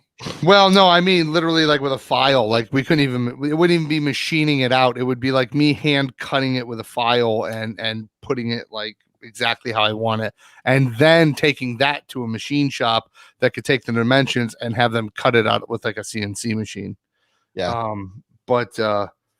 Yeah, it's I got an idea. I just don't know if I really want to take the time to do that. But yeah. Yeah, looks awesome, man. Roman, what's the coolest thing you've seen lately? So I got 2 of these knives, which I wanted to show you guys. Really cool. So this company's name is Bussy Combat. And you might find, if you watch The Walking Dead, Daryl Dixon was actually using this knife. It's called the Team Gemini. And their claim to fame is this INFI steel, which is supposedly indestructible. I've done some tests with it, batoning and another knife I have from Busey. And these are the toughest knives on the market. They're indestructible. Yeah, no, they're indestructible for sure. Give me a sledgehammer. No, they're really, really tough. They're quite expensive. I think a knife like this is like $350. But it's all handmade, hand finished, and made in small batches and stuff. So it's really, really cool knife. So I got. Is that G10 grip on there? Yeah. Gotcha. And then I got a plastic sheath. What the fuck? Yeah, cardboard sheath. I didn't get a sheath yet for them. This one is real thick. Okay, it's. That's what she said. It's short, but it's fat. Sub brands. They've got Busey, and then they've got Swamp Rat, and then they have Scrapyard. They got is that Rhino Liner on it? Is it? Yeah, kind of. It's kind of like Rhino Liner, but this thing is just a super thick freaking knife. And that's a chonker. Chop a tree down. It's a chonker. I mean, it's a good bushcraft. Keep it in your, I mean, it's a bit too heavy to put on your plate carrier. I intentionally. Are you sure? I have a fucking kukri on mine. Yeah, but Yeah, you're a hardcore man. with Yeah. the Kuku. Yeah, these are cool knives, and I like the story behind the company. And they make everything in small batches. They'll make an announcement on a new product via email, and then they'll like take it off the website. So I know just based on their email list, they basically sell everything in a few days. They'll come out with like a limited line of knives, sell them in a few days, and then create a new knife. that's cool. Yeah, Motherfucking savages over here. Keep the value up. So the resale value on these is usually higher than what you pay for them, Oh wow. just because they're all limited production run. Yeah. That looks really nice. Savages over here thinking Roman looks like fucking Hawkeye. Yeah, I've heard that one before. Have you? We had somebody comment on it. Jeremy Renier. Yeah. Well, I guess that's the exotic way to say his name. Jeremy Renier, or I don't know, whatever. I don't know how to say that. All us Russians look alike. Right? That's right. Yeah. I'm surprised you're not like passed out with vodka. You're riding a bear. Yeah, I actually I was almost passed out, and then I had to drink a bunch of coffee because I remembered I had to go onto your podcast. I drank too much vodka. I gotta like snap out of it. Was it Black Rifle coffee, by chance? No. He's like, Das Vidanya, Sukas. So here, actually, I do have a question about Russia, real quick. Do you ever go back? Yeah, almost every year. Okay, is the traffic like I always see these videos of driving in Russia is just ridiculousness? Is it really that bad over there? So Russians do a lot of stupid shit behind the wheel. And that's mostly because they know that if they get in trouble, they can pay their way out of it. Gotcha. So you know, you do something crazy, you know, you get into a, you know, Boris's tank one night and you start driving around that van. Like, you know, you'll get stopped. You could pay a few $1,000 and probably get away with it, no problem. As long as you don't kill anybody. Nice. If you kill somebody, then it'll cost you a lot more. But you can still pay for it. Yeah, you can still pay your way out of it. And I think that's one of the reasons. And plus, in Russia, there's a lot of fraud. There's a lot of, you know, road fraud and, you know, accident insurance fraud and stuff like that. So that's why everybody in Russia has a dash cam. And that's one of the reasons I got a dash cam, is because, you know, just going to Russia all the time, everybody else had one there. And I was like, hey, might as well get a dash cam. And because everybody has dash cams, they catch all these, you know, crazy moments on the road. Right. It's just much more acceptable to have a dash cam there. If we had that in the U.S., I'm sure YouTube would be filled with videos, you know, of crazy stuff happening on U.S. roads. But it's just not part of the norm here, as it is in Russia. Oh, that's hilarious. Pretty nuts. Yeah, I've seen those videos too. Just like AK out the window and then they back off. I'm like, I want to live in that utopia. Yeah, I mean, it's good to visit. I wouldn't live there. I do have dual citizenship. That's just cool. in case the shit hits the fan in the U.S. You know, it's like I could always go to the other superpower. Like, please, comrade. Exactly. We have gas masks. No, I love the U.S. and I'm an American patriot, and you know, at least that's what they taught me to say in the KGB. Perfect. So where were you on November 3rd? What's that TV show, The Americans? Where does my cyanide capsule? Bite down hard. But not yet. Wait till you're finished. I would suck at that beat to have like a back tooth as a cyanide capsule, and you're eating like you know, gobstoppers. You just hear crunch. You're like, oh. Yeah, I mean, if I was one of these agents, I'd definitely like fake it and like pretend like I ate it, and then just like play dead, and hopefully they don't check my pulse. Right. They just leave you there like, oh, he's Leave me there, like shoot me in the leg, and I'll just like eat that and like not move, and then wake up, you know, an hour later and try to get away. Awesome. Hey, Savage, what was your product tonight? I guess we finally made it over to me. So I've got an interesting product, yet another 9mm carbine on the market. This one from Vigilance Rifles called the M20. It's a pistol caliber carbine, and it takes Glock mags, and that sounds like a lot of the specs that you normally see from a lot of pistol caliber carbines that have come out lately. This one looks and works a bit differently than most. It is quite the chunker, and it looks really awkward. awkward would be the first thing that comes to my mind. So Really, ugly was the first thing that came to my mind. Yeah, that too. Awkward and ugly. So it has a left side charging handle, which is kind of cool, and it also has a folding buttstock because it kind of looks like an AR, like a really fugly AR, and then the buttstock actually folds over to the left, so it doesn't actually use the buffer tubes as a recoil assembly. It is it's a closed bolt, recoil operated gun. So there's no gas going. It's just going off of the power of the round going off, and it looks like it's kind of like an Uzi. So it has more or less like a telescoping bolt, so that it looks like the guide rod and the spring go through the center of the bolt, kind of like in how it works on an Uzi, and then it reciprocates that way inside the receiver, so it doesn't travel that far. So it wouldn't need the buffer tube for that space. So it also has a couple options on there. The barrel has a 2-inch nut on it that is toothless, and so it actually is a quick change barrel. You can take it on and off and exchange the longer barrel for a shorter barrel. And in fact, if you go to the website, they sell the package where you buy the full kit. The full kit comes with a longer barrel, and it comes with a stock on it.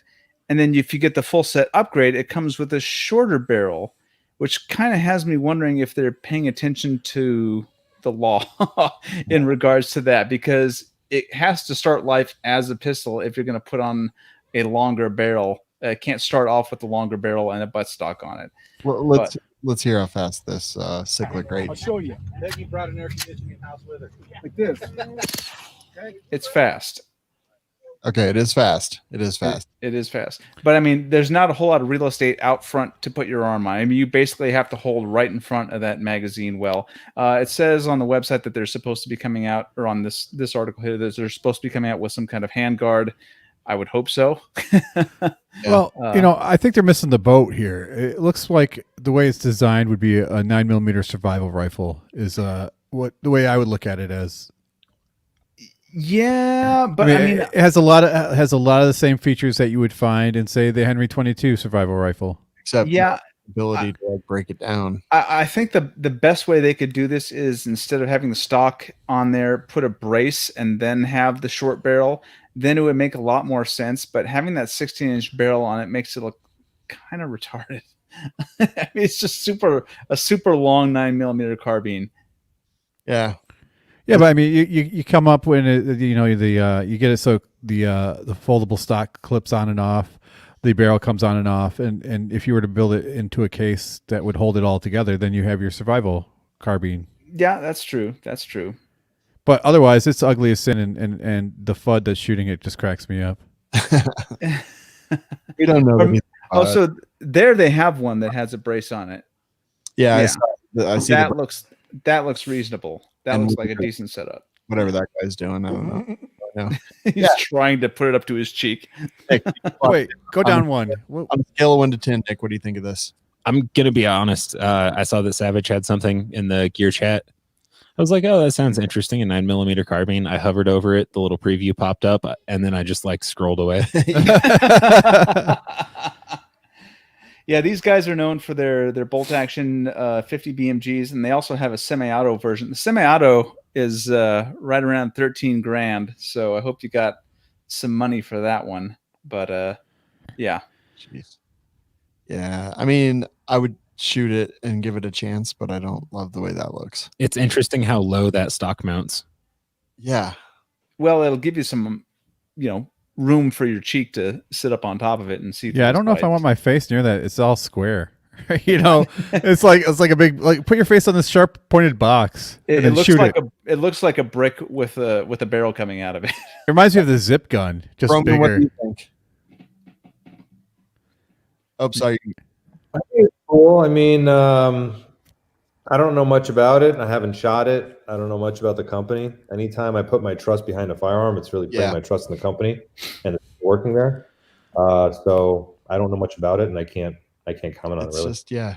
It looks funky. I like how Fascinating. I like the cyclic rate. It's like somebody got drunk and shot a B&T once and then tried to recreate it from memory. That is so true. It's my SB9A1, man. No, dude. No, it's not. All right. Shut up, Jeremy. Oh, you Go know on. what it looks like? It looks like a 9mm. It looks like a 9mm carbine that the Russians stole from us. Yeah. That's what it looks like. I mean, I like the aspects that No, it's the kind of Russians like a are good Uzi. at creating stuff. I wouldn't say Russians. The Chinese, maybe. Oh No, no, but- man! If you ever, that's like when you got to look at a Makarov and you're like, yeah, this is just a fucking Walther clone. but it's Makarov. No, it's not, bitch. It's a fucking Walther PPK. It fucking breaks down the same way. You thieving bastards.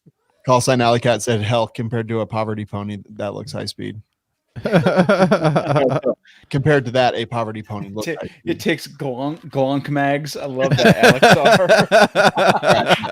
$2.99. I know, yeah, it's pricey.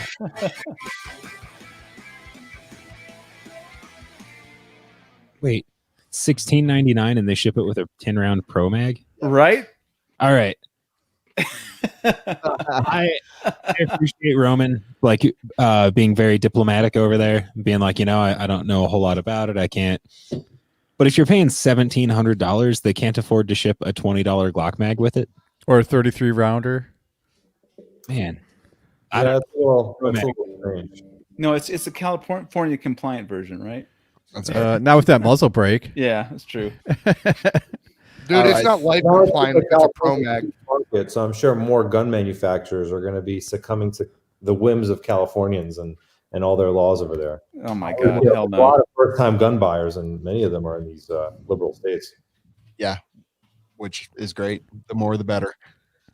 Let's see. This is Going Ballistic, brought to you by Brown L's. Wait, no, Brown Hold L. on. It's Lifestyles brought to you by Brown L. Sean.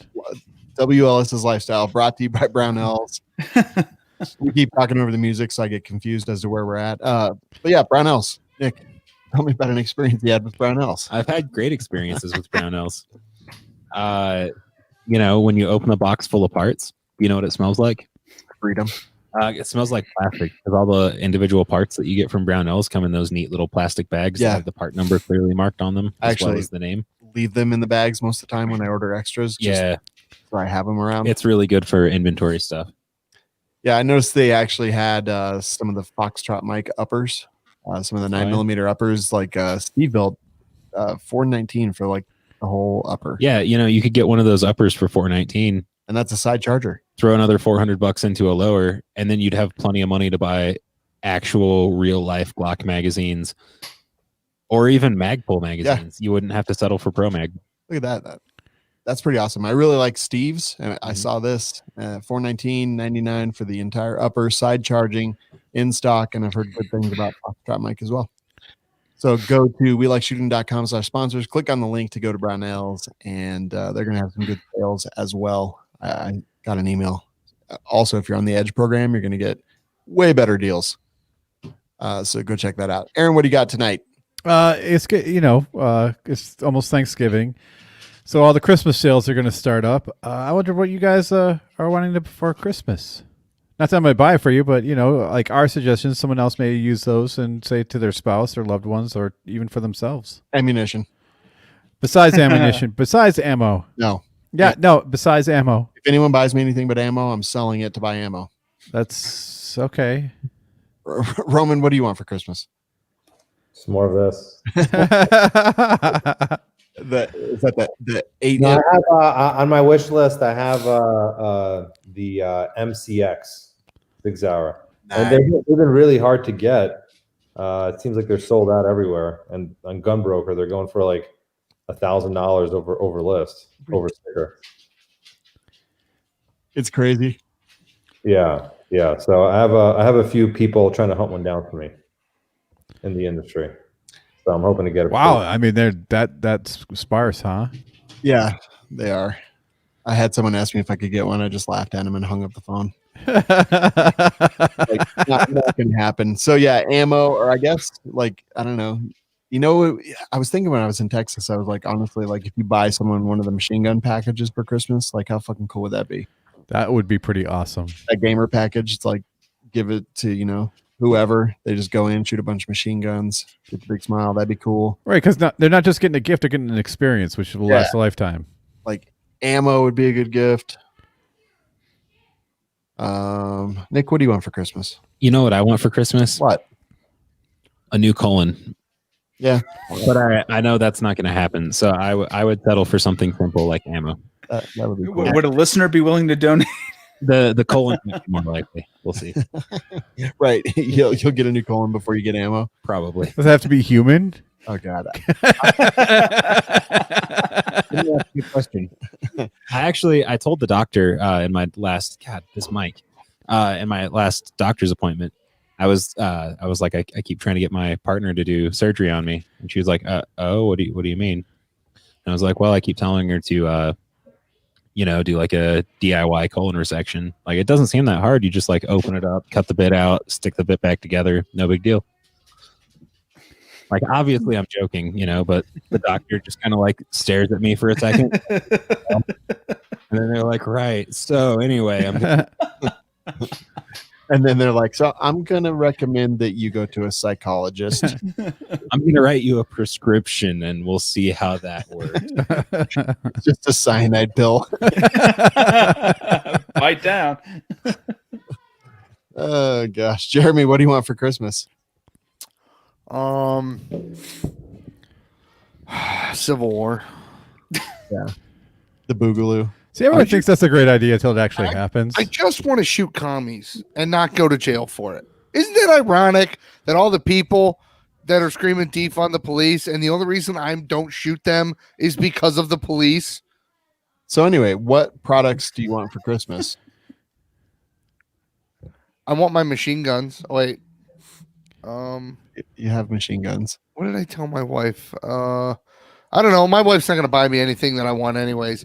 I want a new holster for my Schofields. I want a guy transferred a model 1873 Winchester through the store today, and I was like, well, I fucking want that now. Right. I still want a lever action Winchester, shotgun from way back in the day. Preferably in 10 gauge. There's so much stuff that I want. I know. Can I change my answer? Yeah. For Christmas, I want Jerambe to become a communist. I'd kill myself just so there's one less. That's exactly what I was going to say. Let's make this happen. But I want to still hate communists. Aaron, what do you want for Christmas? I'd divorce my wife for, quote, being a commie lover. So I've been looking at stuff for Tanner, my oldest, because he's really into knives. So I was looking at a lot of DIY knife kits, where you just build out these kits yourself. That's Now, cool. like for me, half the experience of owning a gun, like a lot of the Polymer 80 stuff is building it out and just, all the parts and really designing it from the ground up. What do you want here? What do you want here? What do you want here? So, I mean, it's that's what I really like is some more Polymer 80 kits.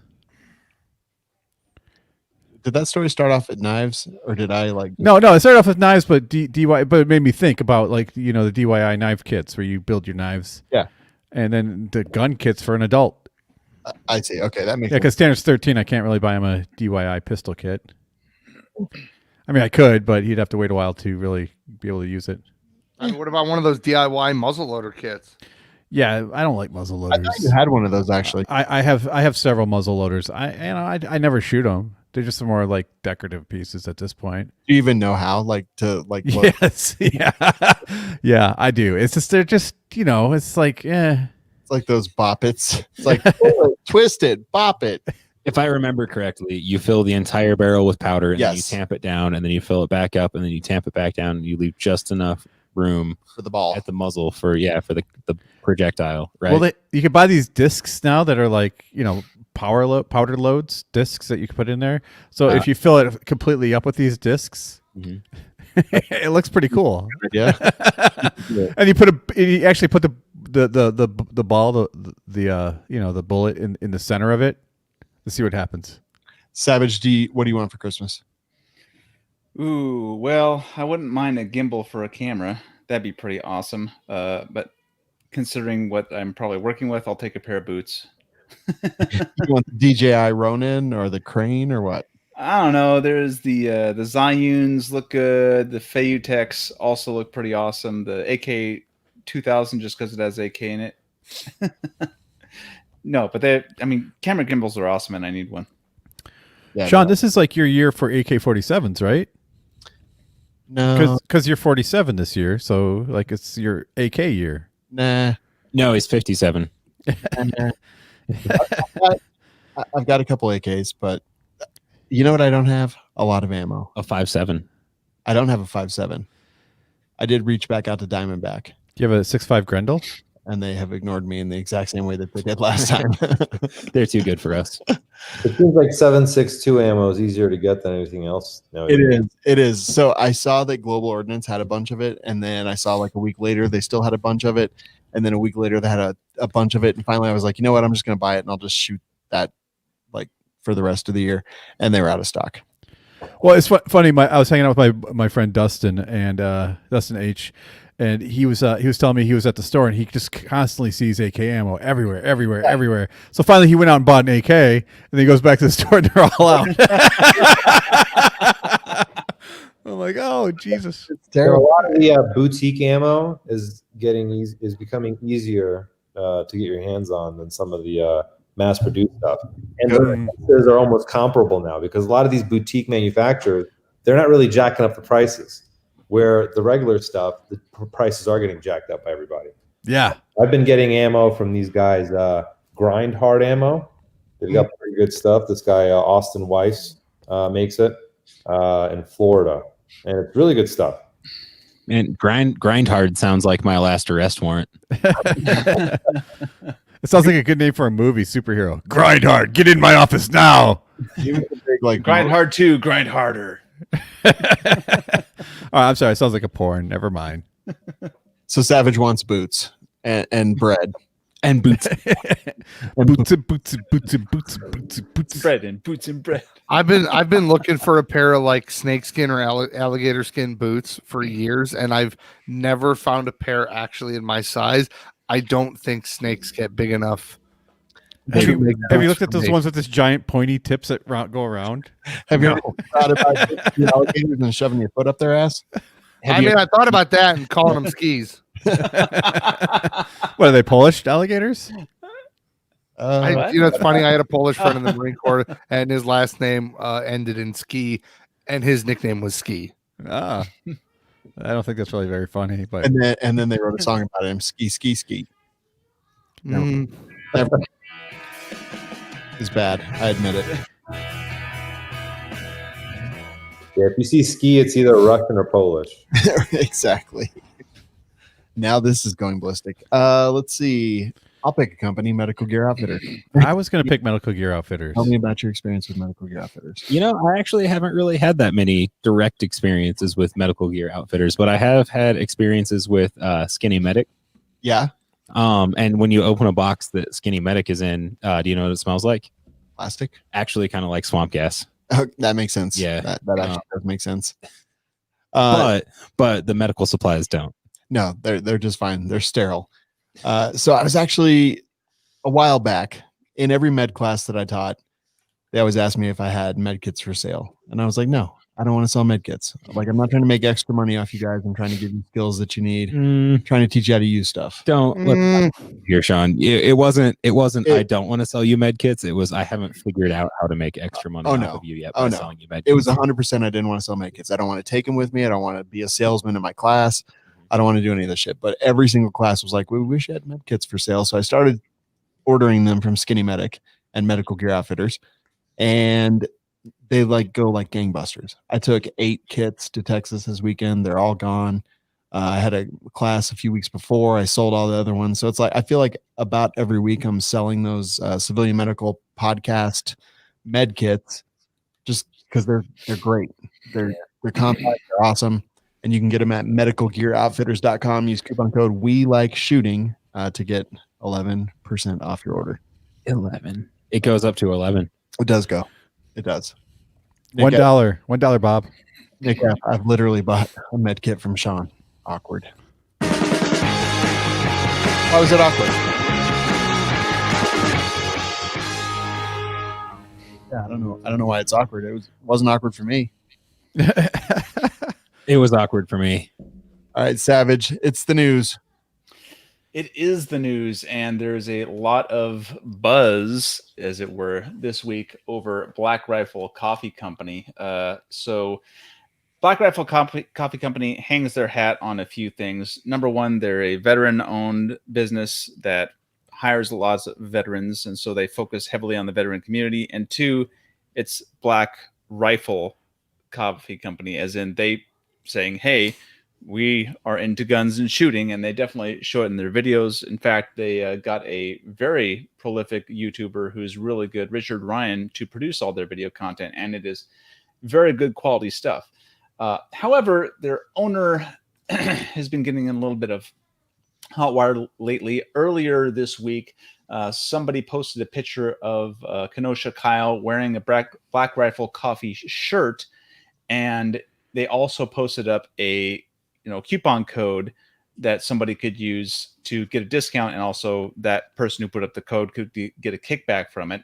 And so immediately, Evan Hafer or somebody from his company had a press release that went out saying that they, do not support Kyle, and they don't want to profit off of a tragedy. And saying you don't want to profit off of a tragedy is very fair.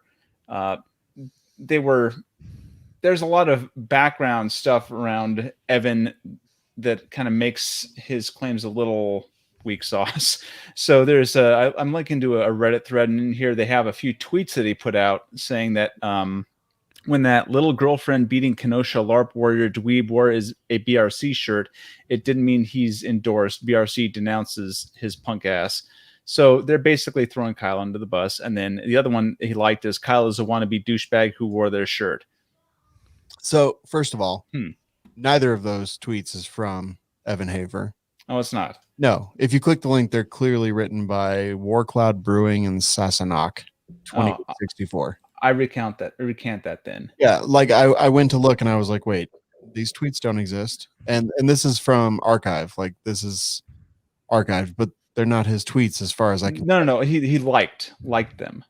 Oh, well, big fucking whoop. I know. I'm just saying. And there's other things where, he's got a lot of history of, paying donations to Democratic nominees. And well, to speak to that, I went and actually looked at it at the Federal Election Commission's website, and the only one that he's donated to in the last few years was Tulsi Gabbard. And my guess is, while she is reasonably liberal and a Democrat, she's also a veteran, and he donated $500 to her. So maybe he agrees with the politics, or maybe he was supporting a veteran. So I don't want to crucify him for that either.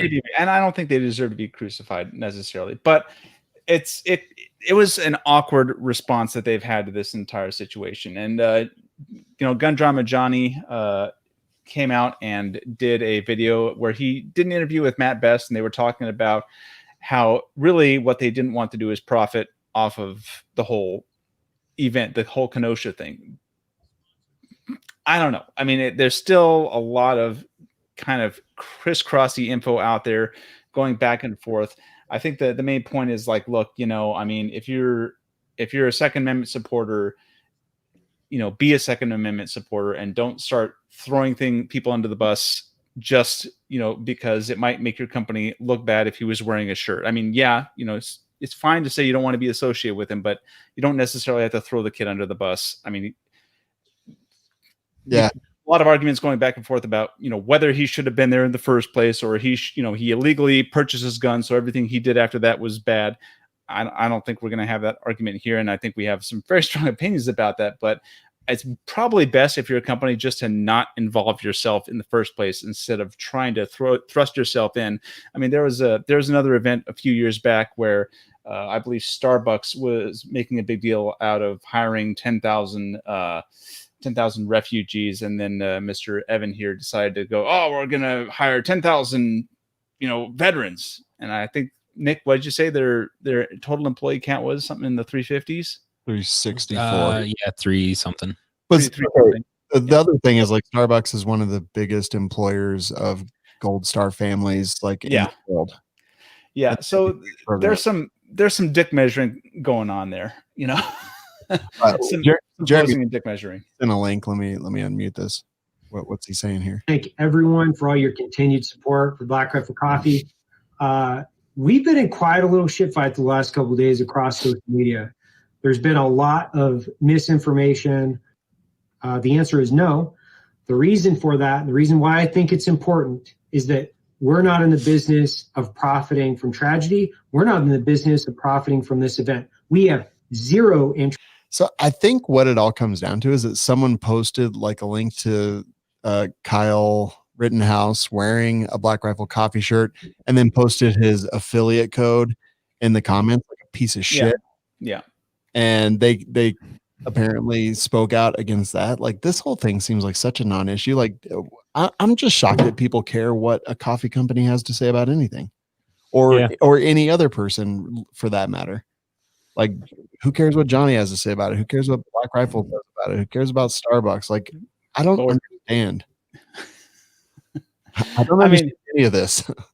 You know, stuff like this is going to come up. I mean, I definitely don't think people need to be super outraged about it and be like, oh, we need to cancel them. Because I mean, cancel culture isn't exactly something that we, you know, as us, we're behind. And I mean, that much. I mean, I've seen people, and I myself won't buy anything from Cheaper Than Dirt just because of their practices. Yeah, they can eat it. Yeah, but like for the most part, we don't go around and say don't, you know, just go out and trash this company and never buy from them again. You know, I mean, unless it's something really egregious. And I don't think this is that bad. I think some weird communication things that were going on here that were bad and put out poorly. But you know, ultimately, it's not a super big deal.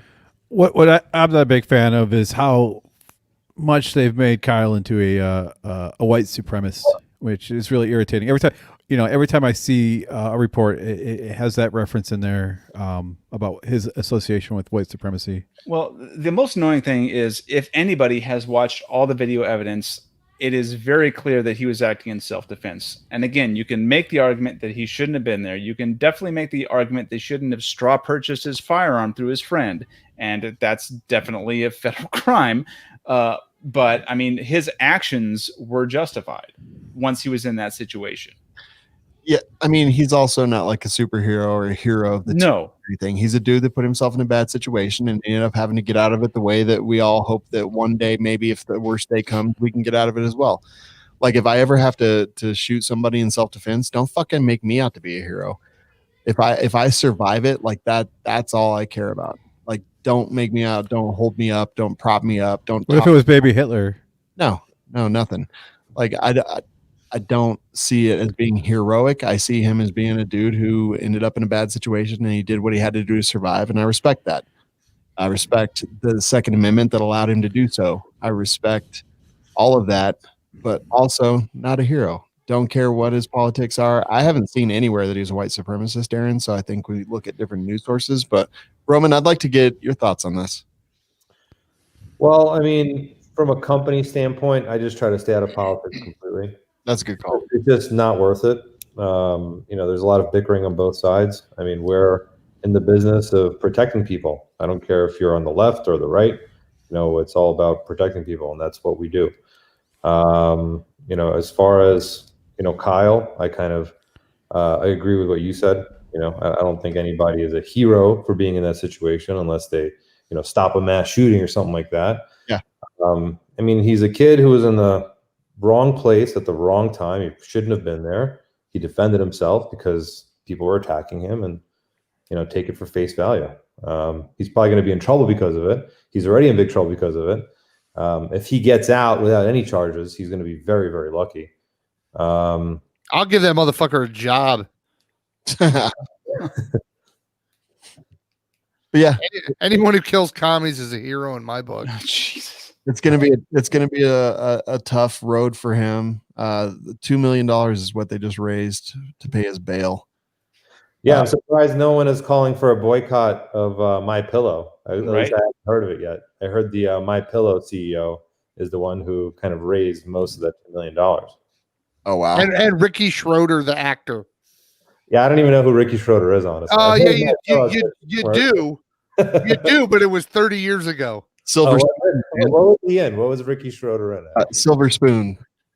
Silver Spoon. Yeah, I don't think I've ever seen Silver Spoon. Spoons. Did he win the awards? Is he like an Oscar-winning actor or something? Or No, he's literally the worst actor ever. I don't know about that, how but did he even have money then to put up bail? That's a good question. Where did he get the money? Okay, here's the theme from the pilot episode of Silver Spoons. Maybe. Oh God. Oh, that's a good one.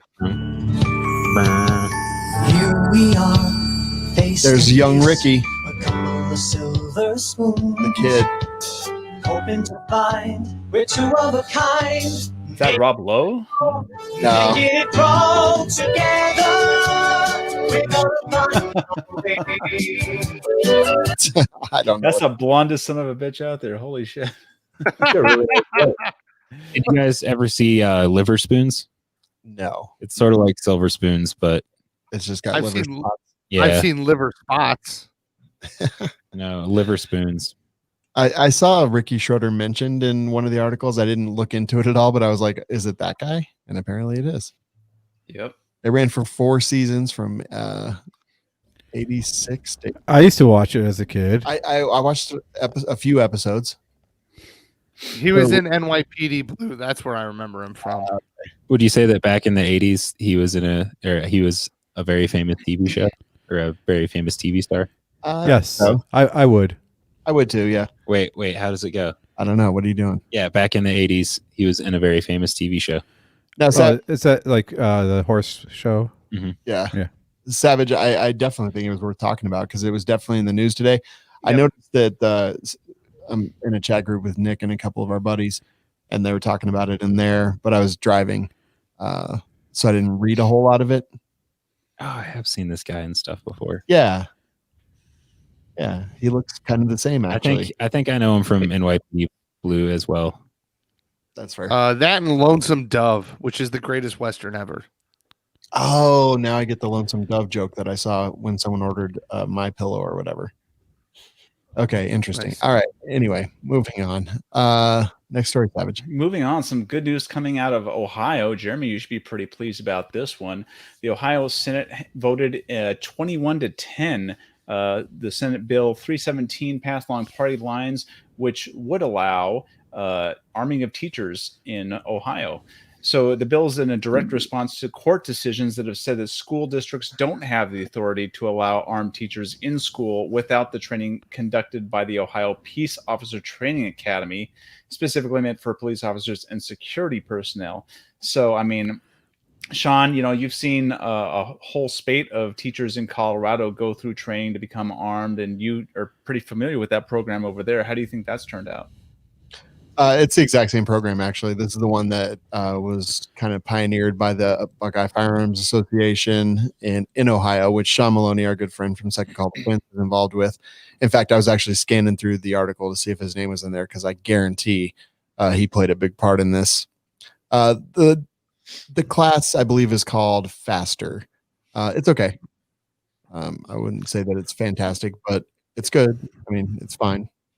Well, before you had to be OPATA, you had to basically go through OPATA, which is what our police officers go through. And it's a long fucking, it's like 6 months to get OPATA certified. Jeez. Like 6 months as a daily job, like 5 days a week, 8 hours a day. If you do like a split thing, but basically it's like going to the police academy. And then if your school district allowed it, you could carry a gun. This is allowing school districts to just make their own rules. Yeah, which is that kind of how it should be, right? Well, I've always, and the guy makes the point. He goes, if your gym teacher's a former Navy SEAL, why wouldn't you want him to have a gun if he's willing to carry one? Or if you're shop teachers, former special forces or just any military, like, why does that guy have to go through 6 months of OPATA training? Especially with how many vets are coming back and getting into all kinds of jobs. Right. I mean, Casey Ryback was just a chef. How many people? Jesus Christ. Wait a minute. It was a fucking the one. What's the? This is like Karate Chop. Steven Fucking Seagal. Steven Seagal. Yeah. Steven Seagal movie where they're on the ship and the one chick's got nice tits and she pops out of a Yes. Yes. Yes. Oh You yeah. guys, Is that the you one guys with got Tommy Lee it. Jones? What? Is that That's the a one bad with Tommy guy? Lee Jones? Yeah. Yeah. Yeah. And they have the epic knife fight. Yeah. When you go like this, It's just like Yeah. This shit. and then he stabs him on top of the head, and it should Yeah. sound like a watermelon. And they go they need that knife that Roman has that just bring down the whole sub. under siege. Under siege. That's it. Yeah, yeah. I gotta go you, back and Eric. watch that fucking movie. Sorry, I didn't mean to throw you You off track completely there. derailed me. I don't even know what I was talking about. I have no idea what's happening. I'm just I don't remember at Tommy Lee all. Jones getting stabbed on top of the head over and over again. Next story. Oh gosh. So amazingly enough, we are seeing a Second Amendment case be granted cert in the newest Supreme Court with the full cadre of judges. This one is called Caniglia, kind of like Caligula, but Caniglia. Caligula. Thank you. My mouth doesn't work today. It doesn't Caligula, huh? Yeah. Not So, what Aaron said. No. If I can say Zhrozhevsky, you can say Caligula. You can't even say Coagulant. Conglomerate. There's a Fourth Amendment and a Second Amendment aspect to this. It's essentially kind of like a red flag issue. So in this court case, the plaintiff concedes that he had or his wife had told the police officers that he'd been having some kind of mental breakdown, and so he conceded and agreed to be transported to a hospital for a psychiatric evaluation. He nonetheless complains that he was subject to an involuntary seizure. So in support, he avers that the defendant officers extracted his consent through impermissible chicanery, basically falsely promising that they would not confiscate his firearms if he agreed to go to the hospital for psychiatric evaluation. So it's got Fourth Amendment issues and a Second Amendment issue, and it's going before the Supreme Court really soon. And God, we got a pretty good majority there, guys. So we have a pretty good chance of winning this one. Yeah, the question presented in the petition in August of 2020 was whether the community caretaking exception to the Fourth Amendment's warrant requirement extends to the home. Mm-hmm. That's how it comes across the red flag portion of that. Yeah, I mean, that's interesting. So what did the lower court rule on this? Oh, I'd have to scroll down and find that shit out because it's like let's see. the cert here is like 80 pages long. It's super crazy. Okay, I see here. I'm looking now. So it looks like the 3rd, 7th, 9th, and 10th have held that community caretaking exception does not extend to the home. And then the 5th, 8th, and 1st have held the community caretaking exception can extend to the home. So you've got a circuit court split there. Which Yeah, is but exactly what you want. the decision in this actual trial, they're saying is wrong. That's why they take it to the Supreme Court. And then the Supreme Court accepts the case. And generally, like Kleckner told us, generally they take the case because they think that there might be something for them to overturn there. So they at least think enough about it for that. Roman, what do you think? You think the Supreme Court should hear more Second Amendment cases, or do you think we're just going to kind of always be in this holding pattern that we are? Oh, you're muted. I'm sorry. Can you hear me now? Sorry Yeah, about that. Yeah, I mean, all gun laws are unjust in my eyes. You know, everybody should be able to carry a firearm, whether it's automatic or my stance in the Second Amendment is whatever floats your boat, basically. You should be able to have. Shall not. Shall not be infringed. Unless you're somehow mentally defunct, and that's hard to tell. I mean, I don't have the right answer for that. How do you tell if somebody is mentally deficient or dangerous in some way, shape, or form? You know, that's a very slippery slope. So I don't have the answer for that. I don't know what the best way to go about that is. I know there's definitely people out there that I don't think should have guns. based on, certain conditions. How to determine that, I don't have the answer to that. Yeah. I mean, definitely there's people who shouldn't have guns. Like anyone that listens to the show. Oh, shots fired. Insanity. If you're in society, you should be able to have a gun. If you cannot function in society, you probably shouldn't have a gun. You probably also shouldn't be in society. Well, that's my point exactly. Functional, but you're on psychotropic medications. See, honestly, be inside society. Institutionalization, like doing away with it like we did, and we have so many people walking the streets that we probably wouldn't have had in the past, and a lot of the people that would be not wouldn't have had, didn't have. Yes. Can I just say that psychotropic drugs sound awesome if you don't know what that means? Right. You just hear disco music and laser lights. Yeah. Everything. Oh man, this guy's got psychedelics. No, I said psychotropics. Psychotropic. I feel so great. flat. I personally don't have the answers. I don't know what the right answer is. All I know is for a fact that certain people shouldn't have guns. How to determine who should and who shouldn't, I don't know. I don't always err on the side of freedom and give them to everybody. I do agree with that. Yeah. I always said that felonies should not have a sentencing length. No felony should have a you're going to do 5 years for a felony. No, if you're a felon, if you commit a felony, you do not get out until you can prove to the court or whoever that you're no longer a danger to society. There is no end date. It's always a life sentence unless you can prove, all right, I'm done with that. I'm not a piece of shit anymore. Maybe we should go with violent felonies, because there's a lot of non-violent felonies that really don't warrant being put in jail. I would say there's a lot of like drug felonies that shouldn't exist, but we're talking my perfect world. There's like 3 laws. So Jeremy, you're advocating instead of like mandatory minimums, you're just saying like everything's a life sentence. Well, no, because then you have to prove that you're no longer a danger to society. And how do you prove that? Maybe by working on your education, gain a skill while you're in, not just, fuck other dudes and try to kill everybody while you're in prison. So how do you explain? So educate, because that's what most people do when they're in prison. I don't know.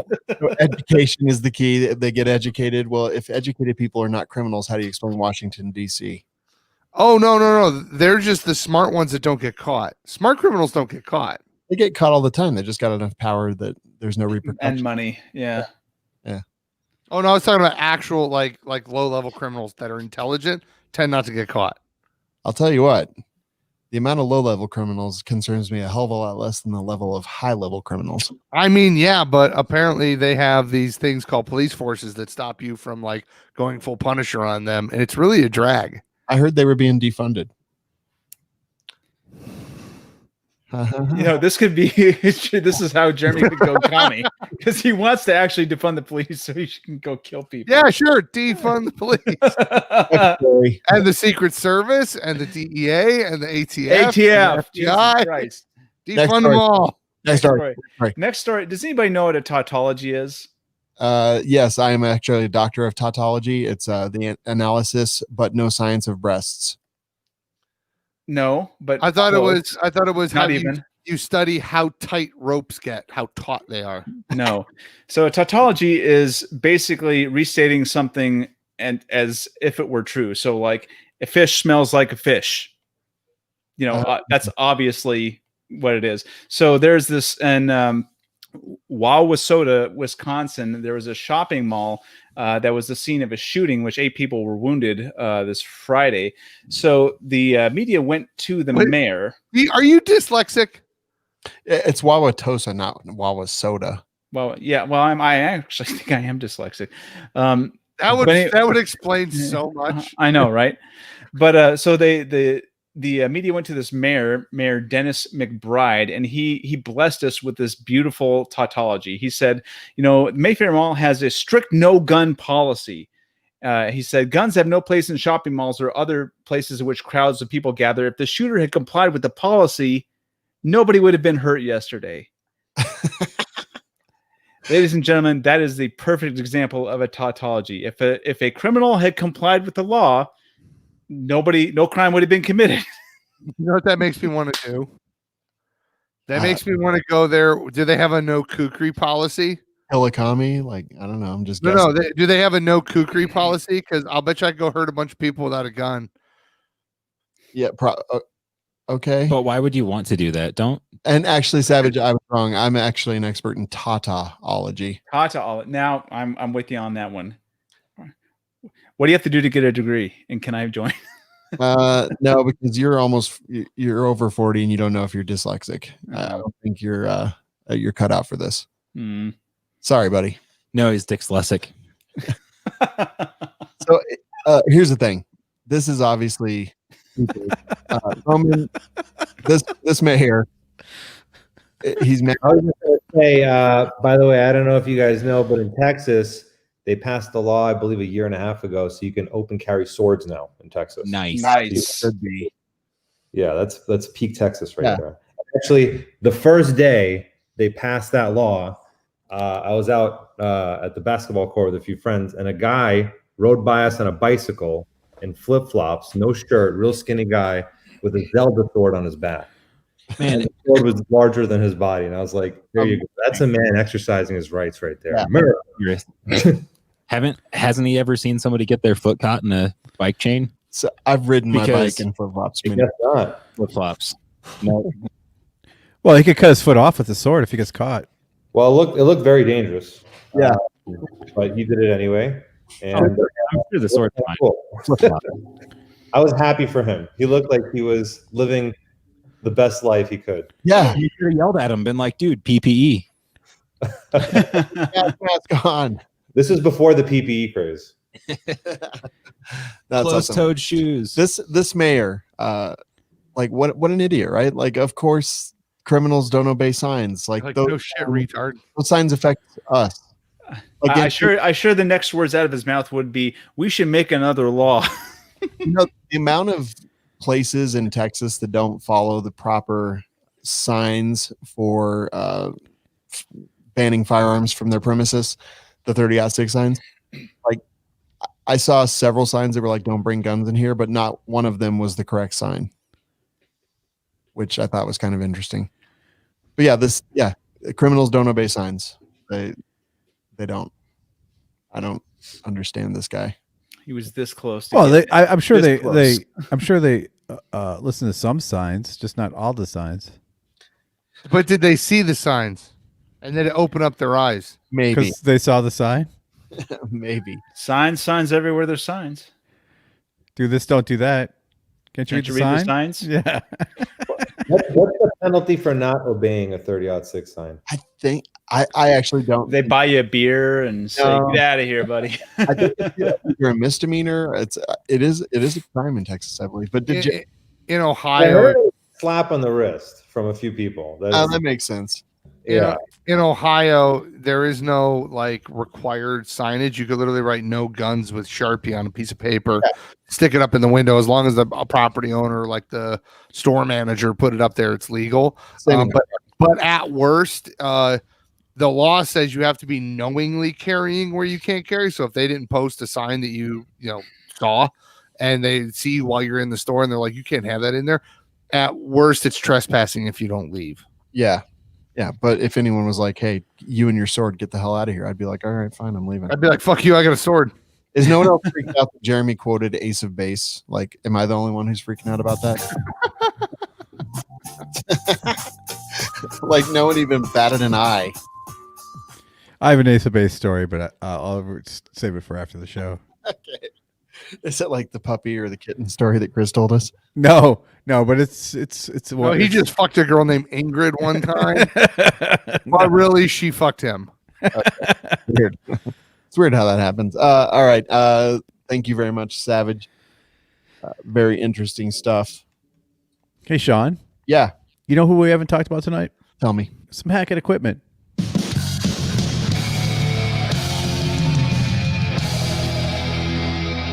I keep harping on this, but dude, it's my favorite thing ever is the Urban Tac Pack. Now, when you went to Texas, did you bring that with you? Yeah, I take it everywhere with me. And what was in it? This one, camera equipment on this. Nice. Yeah, I take it with me everywhere. It's like my longboarding bag. It doesn't look crazy tactical, the gray version at least. I mean, it has like Molly and Velcro on it, but I don't know. It just I use it so much outside that the Velcro is actually discolored a tiny bit. What I like about those bags is if you look inside, everything has a retention point in there. So you don't have to worry about things bouncing around. It's got a lot of I want to say strings that tighten down and hold stuff in place, and there's enough pockets to hold just about anything you want. You know, the only thing that actually that wouldn't fit in it was my laptop. My laptop's too big to fit. And your laptop's a computer. Let's be honest. It's like I've seen your laptop. It's not a laptop. It's a portable desktop. It really is. I mean, my Chromebook, which is also big. Yeah, it's like got a 32-inch screen on it. I mean, it's ridiculous, dude. It is big, but yeah. Otherwise, this thing fits everything. I put my med kit on the side of it. Carry it with me everywhere. $79.99 minus 21% if you use coupon code WLS's life at HackettEquipment.com. What pocket do you carry your Werthers in?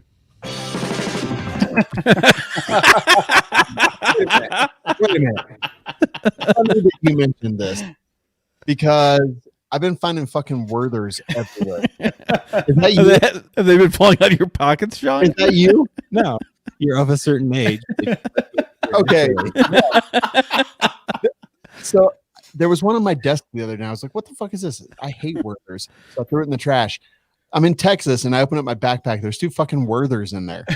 It's got to be you. You're the only person that it can be. It's either yours or Werthers. It's not me. Yeah, I actually like them too. Like, I don't buy them, but when an old person like roughly Shawn's age offers me one, I always say yeah, because they're good. Wow, but it's been living in that pocket for 6 months. It's warm and soft at this point. Yeah, it's like nice and warm. You got to take the hair off of it. The curly hairs. I'm telling you, when I find out who's putting the Werthers in my bags, you were gonna thank them because you needed one because your throat was dry and you were coughing. You're over 50. It's just a natural thing. Get used to it. I'm not over 50. Agree with it.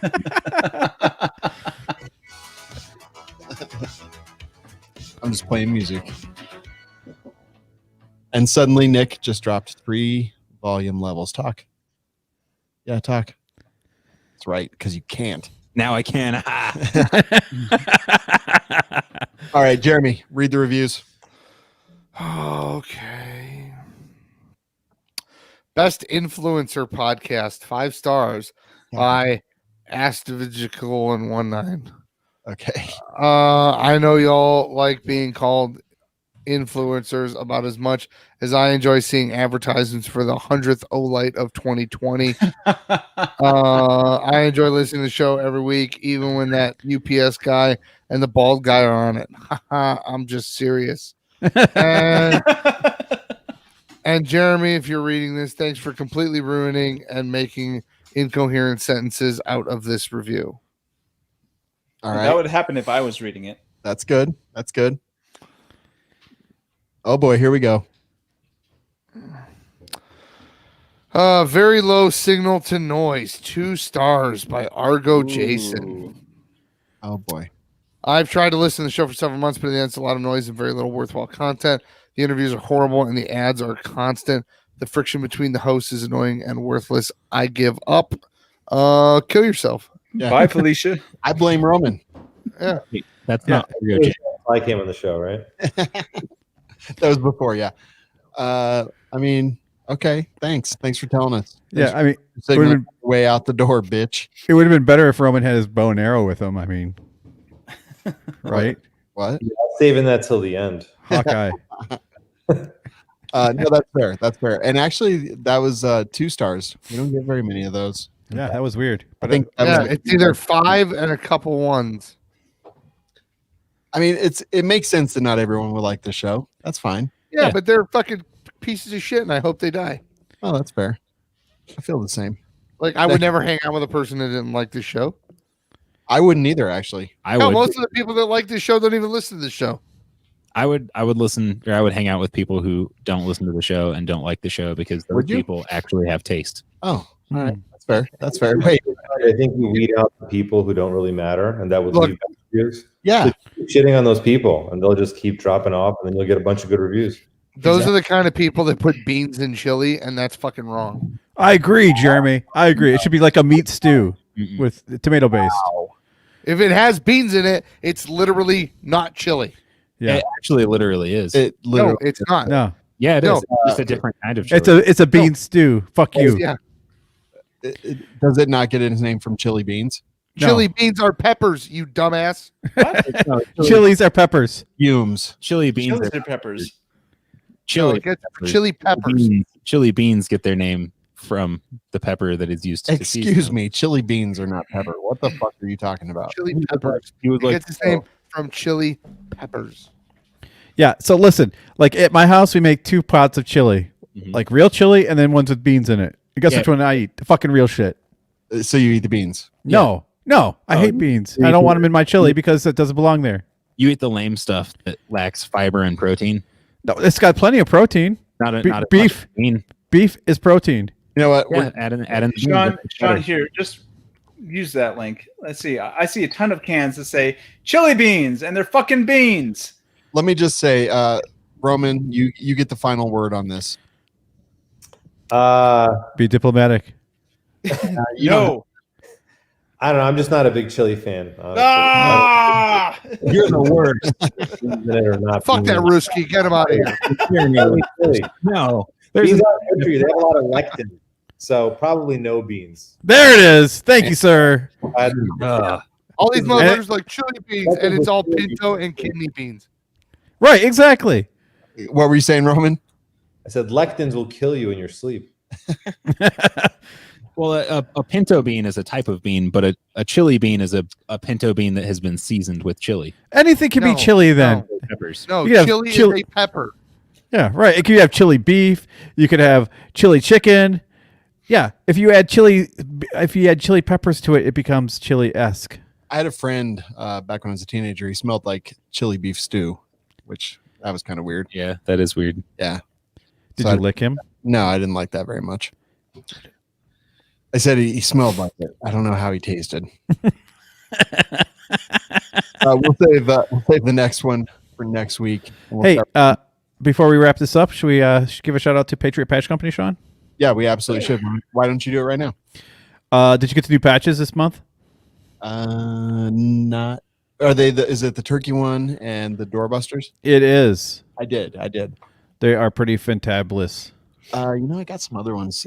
He sent me some other Halloween ones that are right over there, like the ghosts and the mummies over there down at the bottom. You see those? Those are Hey, awesome. Hey, No one Nick. Huh? Can you tell me an experience you've had with Patriot Patch Company? Good job, Aaron. That's Yeah, I've had excellent experiences with Patriot Patch Company. You know, the patches show up, and then Shawn gives them to me, and I open them up, and you know what? They don't smell like. Jeremy? They don't smell like swamp gas. good. I like how you've associated all the ad reads with swamp gas. Yeah. It's called a callback. It's supposed to happen in 3, so I don't know. Yeah, they're awesome, 47. you know? It's really nice. I like the patch of the month club. I try to not see what the patch is until I receive it, because then it's like a nice little surprise that I have to look forward to every month. It's like a double surprise. Yeah. You know what? You should make. You should get a patch from the Patriot Patch Company. They should make one of Werther's for Shawn, They should. I agree. so we know what's in his bag. Mm-hmm. SSB originals. Mm-hmm. I'm gonna find out who's putting Werther's in the office and in my backpack. You know what's going to happen is you're just going to get bags and bags of Werther's shipped to the office I now. hope so.